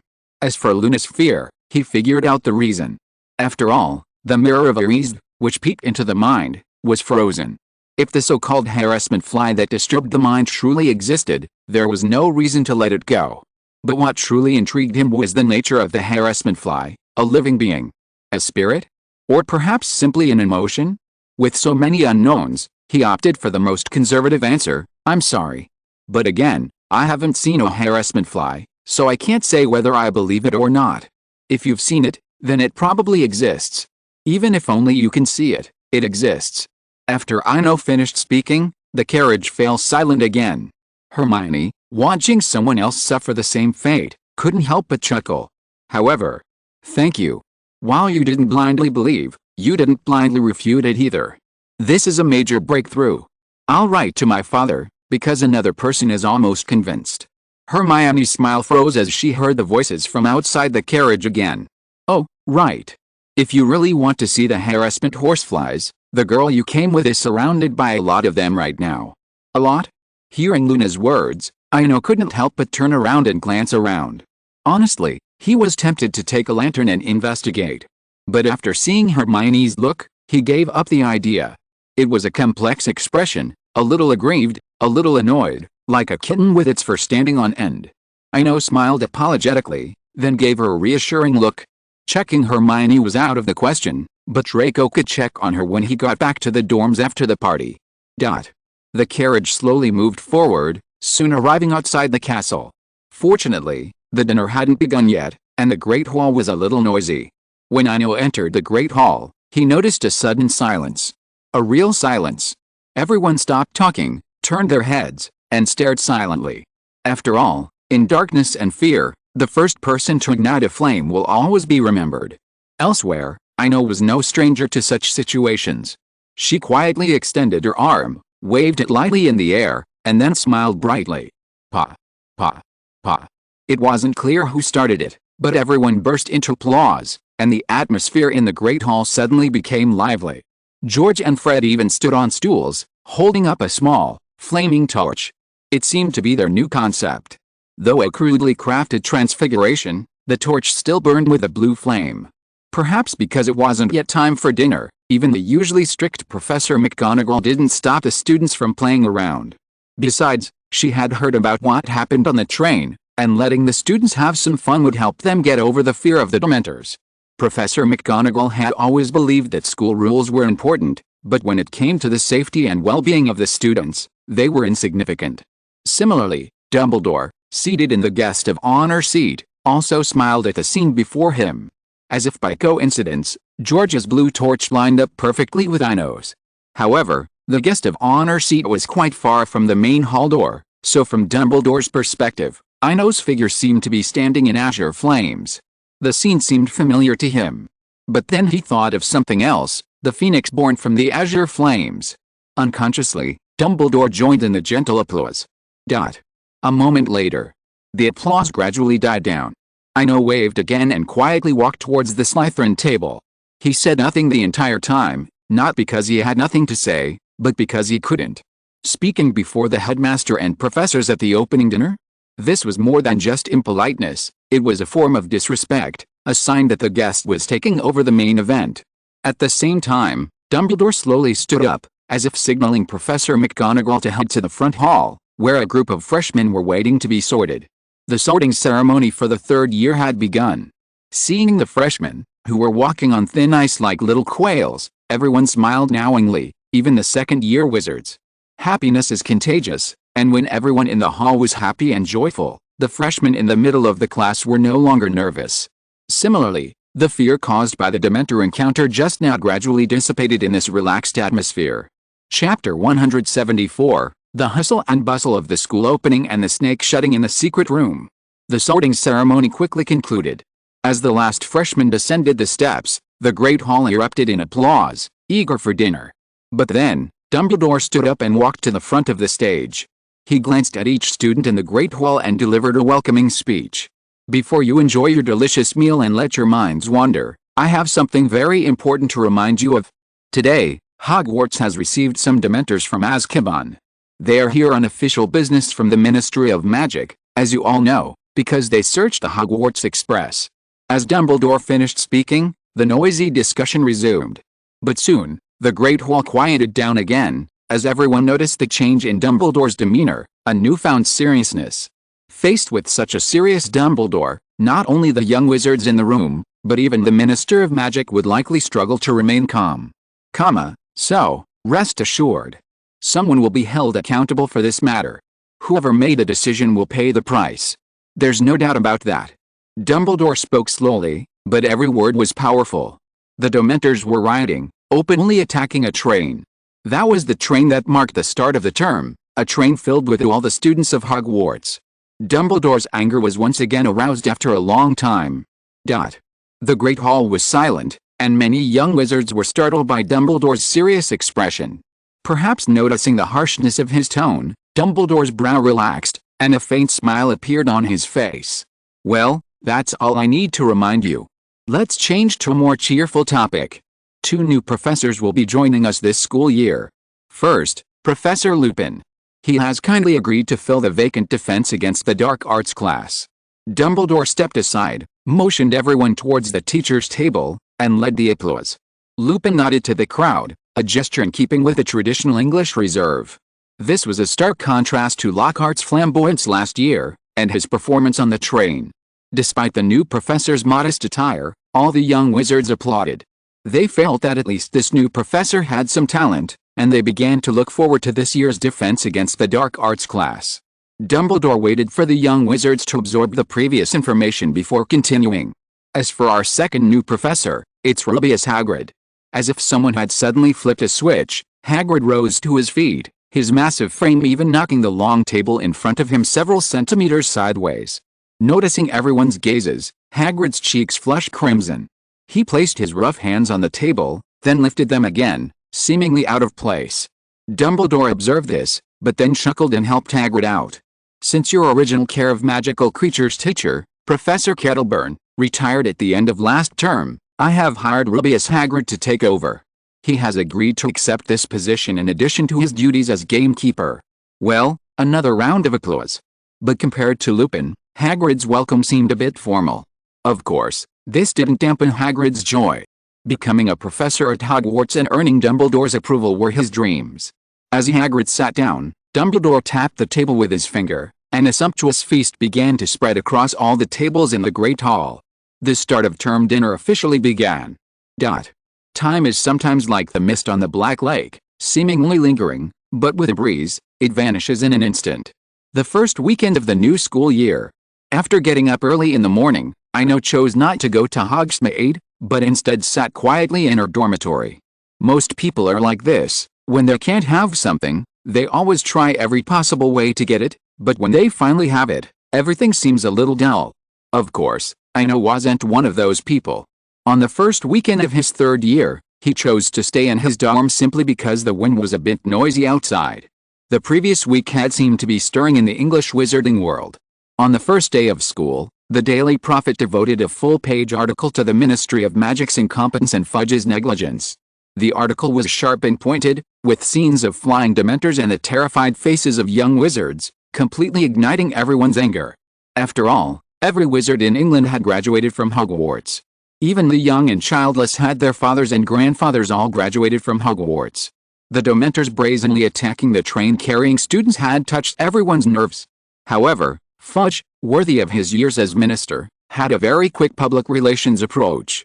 Without any excuses, he not only immediately admitted his mistake but also quickly singled out the person to blame, Gadwin Robards, head of the Order Office. Robards, a high-ranking official for ordinary wizards, instantly attracted 60% of the public's attention. Fudge cleverly deflected the remaining 40%. The next day's front page featured a picture of a blue phoenix in the night sky, paired with a picture of young wizards gathered on the train, each holding a wand, their tiny sparks of light illuminating the dark carriage. The following days, the Daily Prophet became quite interesting. Like a turn-based game, one day was for attack, the next for defense. The same newspaper, however, had two distinct styles. But the Daily Prophet couldn't be blamed. After all, they no longer had any autonomy, their sole purpose being to provide a relatively civilized battlefield for the two factions. In this silent battle, the biggest winners were two, one visible and one invisible. Ino gained the public prestige, while Colin reaped the hidden benefits. After all the source material photos came from the other's camera. According to reliable sources, there were rumors that Colin had been appointed a special correspondent and would be able to work for the Daily Prophet directly after graduation. Being a special correspondent was a respectable career. For a Muggle-born wizard, Colin's future was already bright. Of course, these changes were insignificant in the broader context. After a week of alternating battles between the two factions, perhaps due to Dumbledore's prestige or perhaps simply due to the public outrage caused by this incident, Fudge ultimately lost. Not only had all the Dementors outside the castle been removed and replaced with Aurors and Striker, but he had also relinquished many key positions within his own faction. Fortunately, after a week of delays, Fudge's position as minister was finally saved. Ino paid no attention to the external commotion. After putting down today's newspaper, a flash of blue light suddenly appeared in the quiet dormitory. A 5-foot-long, slightly torn, irregular piece of leather suddenly appeared on the previously empty desk. Finally found it. The moment he saw the leather, Ino knew for sure where it came from, the hide shed by the basilisk in the Chamber of Secrets. Ever since the start of term dinner, he had been sending his phoenix down the bathroom pipes to find the Chamber of Secrets. Perhaps because he already had his own phoenix, he hadn't bothered to ask Harry for instruction or Fawkes for help. But, somewhat frustratingly, perhaps born from a chaotic, negative emotional landscape, his phoenix's brain remained somewhat clumsy. While perfectly capable of executing all commands, it lacked the ability to communicate, only expressing its emotions superficially. To use an inappropriate example, if Fawkes were a border collie, then his phoenix was like a husky, both lively and a bit naive. Of course, all of this was in Ino's eyes. As for how others viewed it, Dumbledore, after observing it, had made a clear request: as far as possible, the blue phoenix should be kept out of the sight of any young wizards. The old headmaster's cautious expression had also signaled that something was amiss. Perhaps the vacant husky he saw was a different animal to others. After a brief moment of contemplation, Ino also returned his attention to the present. Looking at the snake slough before him, he decisively raised his wand. Shatter. A red beam shot out from his wand, striking the snake slough in an instant. A sharp, slicing sound echoed. Although it hadn't withstood the magical attack, Ino's expression was delighted. But a snake slough, who knows how many years old, still possessed impressive defensive power, proving it was a rare magical material. Now that the exact location had been determined, the rest would be easy. Fid. Ino, after downing a pair of thick glasses, whispered softly into the air. Fid was the name he had given the phoenix, implying gradual disappearance and death, a fitting name. As the call rang out, a flash of blue suddenly appeared in the dormitory. The elegant phoenix, about 1.5 feet tall, with long tail feathers, had appeared beside him. Of course, if one overlooked the phoenix's dead, Cold, dark eyes. Ino didn't dwell on those eyes. Although they had established an absolute connection, staring into them for too long still caused a sensory discomfort. He averted his gaze and ordered, "Take me to where I found this leather." In the dormitory, the blue light flickered again. In a split second, Ino found himself in a dilapidated, damp place. The ground was littered with the skeletons of small animals and a variety of disgusting, strange fungi. Facing the basilisk's lair, he didn't act rashly. Although he wore glasses, he didn't want to attempt a direct confrontation. After all, those eyes, staring at death, were still a bit intimidating. However, he had a pre-planned strategy for dealing with cold-blooded creatures like snakes. He immediately waved his wand. "Winter is coming." With the words, countless snowflakes danced, and a cold mist spread along the ground. Wherever the mist passed, the walls, stone pillars, and the ground strewn with bones were covered with a thick layer of frost. "Keep an eye on it. Call me if it freezes," Ino instructed the phoenix beside him. Meanwhile, he began collecting the snake sloughs on the ground. While he had no immediate use for them, it would be a waste to leave such a rare magical material unused. Time passed slowly, about half an hour. After collecting all the relatively intact snake sloughs, a flash of blue light flashed around him again. Sensing the emotions in his mind, Ino instantly vanished the moment he grabbed the phoenix. Sanctuary.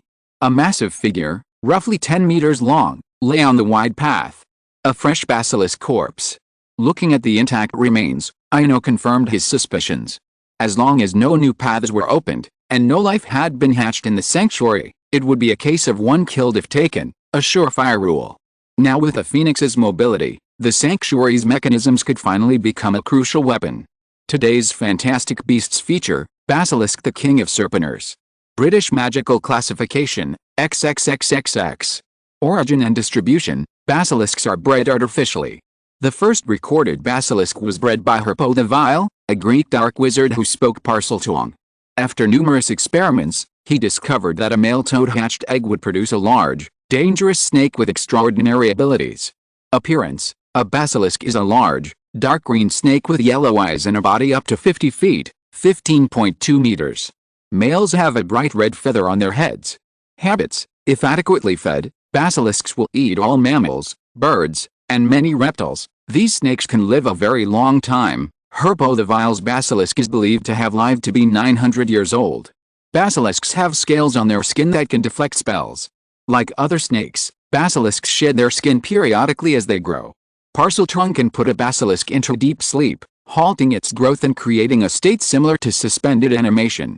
Abilities and effects: the basilisk's fangs are incredibly venomous, but its eyes are even more dangerous. Anyone who meets its gaze will instantly die. Contact with a basilisk's gaze through any other object will petrify the victim. Only a potion brewed with mandrake can revive the victim. Phoenixes are immune to the basilisk's deadly gaze. All spiders, including Aragog and his family, fear this creature. Chapter 175, Speculations on Slytherin's Inheritance. Some creatures seem to have an inherent fear-inducing effect, like the basilisk and the acromantula. Ino half-crouched, carefully examining the basilisk's corpse before him. 50 feet wasn't too large, roughly the same size as an ice anaconda, but the basilisk felt even more terrifying. This fear wasn't due to the oppression of its size, but rather an inexplicable instinct. The most obvious example was the Dementor, a creature not particularly large, yet few wizards could face it with ease. Why do you think it kills by looking directly at it? After studying it for a long time without understanding the cause, Ino looked away. Instead of asking me, "Why don't you try it yourself?" Lena said teasingly, taking long, slender steps directly in front of the basilisk. Hearing Lena's words, Ino no longer hesitated. It wasn't that he was careless. If, even with his glasses on, he was timid in the face of a dead basilisk, he'd be better off spending his whole life in a shelter. As he spoke, he stood up and walked towards the basilisk. When he met those orange-yellow eyes, the size of crystal balls, he felt an inexplicable stiffness and numbness. But after a brief moment of trance, the basilisk's eyes were instantly covered with a thin layer of blue spider silk. "How does it feel?" Lena asked from the side. "It's amazing. Even though it's dead, I feel the magic still works. It's like a charger, charging, you know." Ino muttered, peeling off the basilisk spider silk eye patch again. The numbness and stiffness immediately hit him. This time, with preparation, the stiffness was much less. Then, a possibility occurred to him. Perhaps breeding a basilisk isn't as simple as the textbooks claim. Otherwise, if only a rooster and a toad were needed to breed 5 basilisks, the entire magical world would be in chaos. Or perhaps the magical world, and indeed the entire world, would have long been controlled by Parseltongue. After all, if 7 years of studying magic weren't as good as raising a snake, who would still study magic? They'd all be taming beasts. Lena, the basilisk's eye is a product of alchemy. This time, Ino's tone was unwavering. Before Lena could reply, he turned and picked up the oil lamp hanging from the red maple tree. Although it was daytime, the dim light revealed something faintly in the deepest part of the basilisk's pupils, as if imprinted with something. "Wait here for a moment," Ino said, and he slipped away from the shelter. Half an hour later. On a small, frost-covered coffee table in the shelter, a 2-inch thick tome lay. Next to it was a piece of parchment with strange symbols drawn on it. Ino sat on the floor, flipping through the book, occasionally comparing it with the parchment. The only sound in the silent shelter was the rustling of pages. Lena remained quietly beside Big Hua. As for the original anaconda, it had been driven to the other side. Interestingly, even though the anaconda was merely a metamorphosis, it still retained its snake-like nature, remaining silent and might not move for an entire day unless necessary. Time always slipped quietly through the depths of concentration. Although the shelter's overall area had expanded several times, becoming a small square, its furnishings hadn't increased, lacking even the most basic alarm clock. Sitting at the small coffee table, Ino couldn't even register how much time had passed. The only change was the pages of the ancient runic dictionary in his hand, which grew thinner with each turn. Ancient runes. In the light of the oil lamp, the patterns deep within the basilisk's pupils gave him the impression of an invisible book. He speculated that perhaps they were related to ancient runes. But as the pages grew thinner, until the last page, no relevant record was found. This was disappointing. As Ino lost himself in a sense of loss, Lena spoke again, shattering the silence from a distance. "Why don't you ask for advice? I remember telling you this before. Since you're officially their apprentice, you should ask for help if you have any questions." But Ino hesitated, ultimately driven by selfish motives. After all, if they truly were ancient runes, it would mean a new development, a treasure unrecorded. "Your idea is good, but also unnecessary." Perhaps sensing his concern, Lena slowly approached, her slender steps skimming across the books on the coffee table. "The world you inhabit is strange. Very strange. They're unwilling to delve into magic, or even learn it. Yet, in such a world, there's an endless amount of precious knowledge. I've been pondering it for a long time and can't quite wrap my head around it." Lena's voice was tinged with emotion, and after hearing this, Ino was equally puzzled. "I can't understand it either. Clearly, no one has pioneered knowledge, yet there are so many treasures left behind by pioneers." Though equally puzzled, he also heard the underlying meaning in Lena's words. Perhaps hiding knowledge in this world is pointless. A thick volume of ancient runes, used as a textbook for Hogwarts electives, could be purchased at Flourish and Blots for just a few galleons. Yet, it remained untouched. Lockhart's novel, on the other hand, remained prominently displayed. Even after being imprisoned in Azkaban, the books remained on the shelves. "I'm overthinking it." Ino sighed softly. A whole book of ancient runes sat unlearned, and he was still hiding his new discovery. It seemed a bit ridiculous. "It's not that I'm overthinking it, it's just that there's something strange about this place." Lena's voice held a note of comfort. Despite hearing the comfort, Ino didn't follow up. Frankly, like Lena, he was an outsider, his understanding of the magical world limited to the storybooks of the past. But hoping to understand a world through a single storybook was obviously futile. After dropping the subject, Ino stumbled upon an anaconda creeping quietly nearby. It seemed as if it had noticed Lena leaving and was trying to swarm over the ice flower again. He didn't know what was wrong with it. It was clearly a product of transfiguration, yet it was obsessed with that flower, crawling over it whenever it got a chance. "Lena, what do you say about me attaching this thing to its eyes?" Ino pointed at the basilisk, then looked at the frost anaconda perched nearby. The anaconda, over 60 feet long and even larger than the basilisk, would easily accommodate 2 eyes. If it weren't for other uses, He'd want to peel the basilisk skin off and stick it directly on the anaconda. A high-quality basilisk imitation that wasn't afraid of the rooster's crow would be a surefire way to scare people. He thought about it, but he didn't have the ability to pull it off right now, not until he finished his elective course. While the steps were simple, replacing an eye wasn't like building a snowman. You couldn't just dig a snow pit and bury it. For a rare basilisk like this, he needed to be well prepared.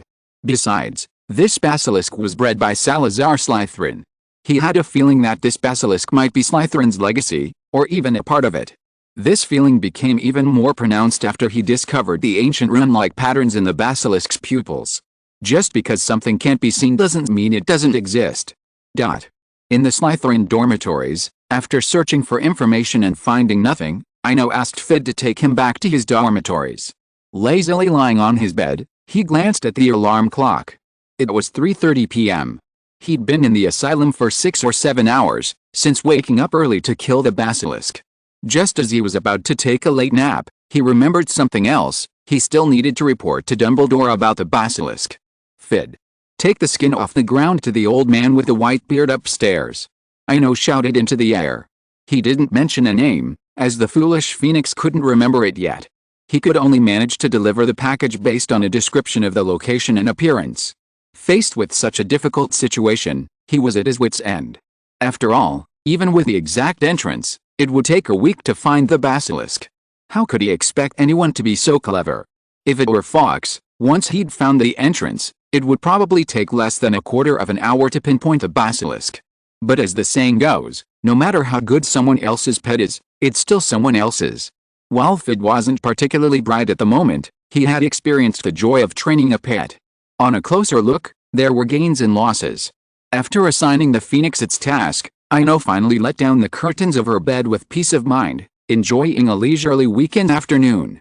Meanwhile, compared to the castle's quiet, Hogsmeade seemed incredibly bustling. Every year, the first weekend of school always brought Hogsmeade to a truly bustling scene. Especially for the young wizards entering their 3rd year, who rarely missed their first week of fun. Meanwhile, Madame Rosmerta's Three Broomsticks, one of the street's most iconic shops, seemed a little deserted. But Madame Rosmerta was no stranger to this solitude. After all, compared to places like Zonko's Joke Shop and Honeyduke's, a bar that only offered food seemed a bit dull, so it was understandable that no one frequented it. But since she could open a bar, she had no intention of making money from students. After delivering 5 cans of butterbeer to the red-haired student, she quietly returned to the bar. In a corner of the bar, Ron casually opened a can of ice-cold butterbeer, took a few swigs, and breathed a sigh of satisfaction. Next to him sat the other 3 people, Harry, Ginny, and Hermione. Harry. It's okay. My dad has already contacted Professor Dumbledore. I think we'll know soon. Ron said, his eyes occasionally glancing at the fireplace beside him. Thank you, Ron, Harry replied absent-mindedly. Although his tone seemed indifferent, his hands were tightly grasping the invisibility cloak on his legs. Ginny saw this scene and rarely said anything to comfort him. She knew that it was useless to say anything now. All she could do was to wait quietly with Harry. End of this chapter. Thank you very much for reaching the end. Don't forget to like. Looking for more exclusive content and immediate access? Subscribe to our Patreon. Remember, every like, subscription, or donation encourages us to continue. Thanks to everyone. See you in the next video.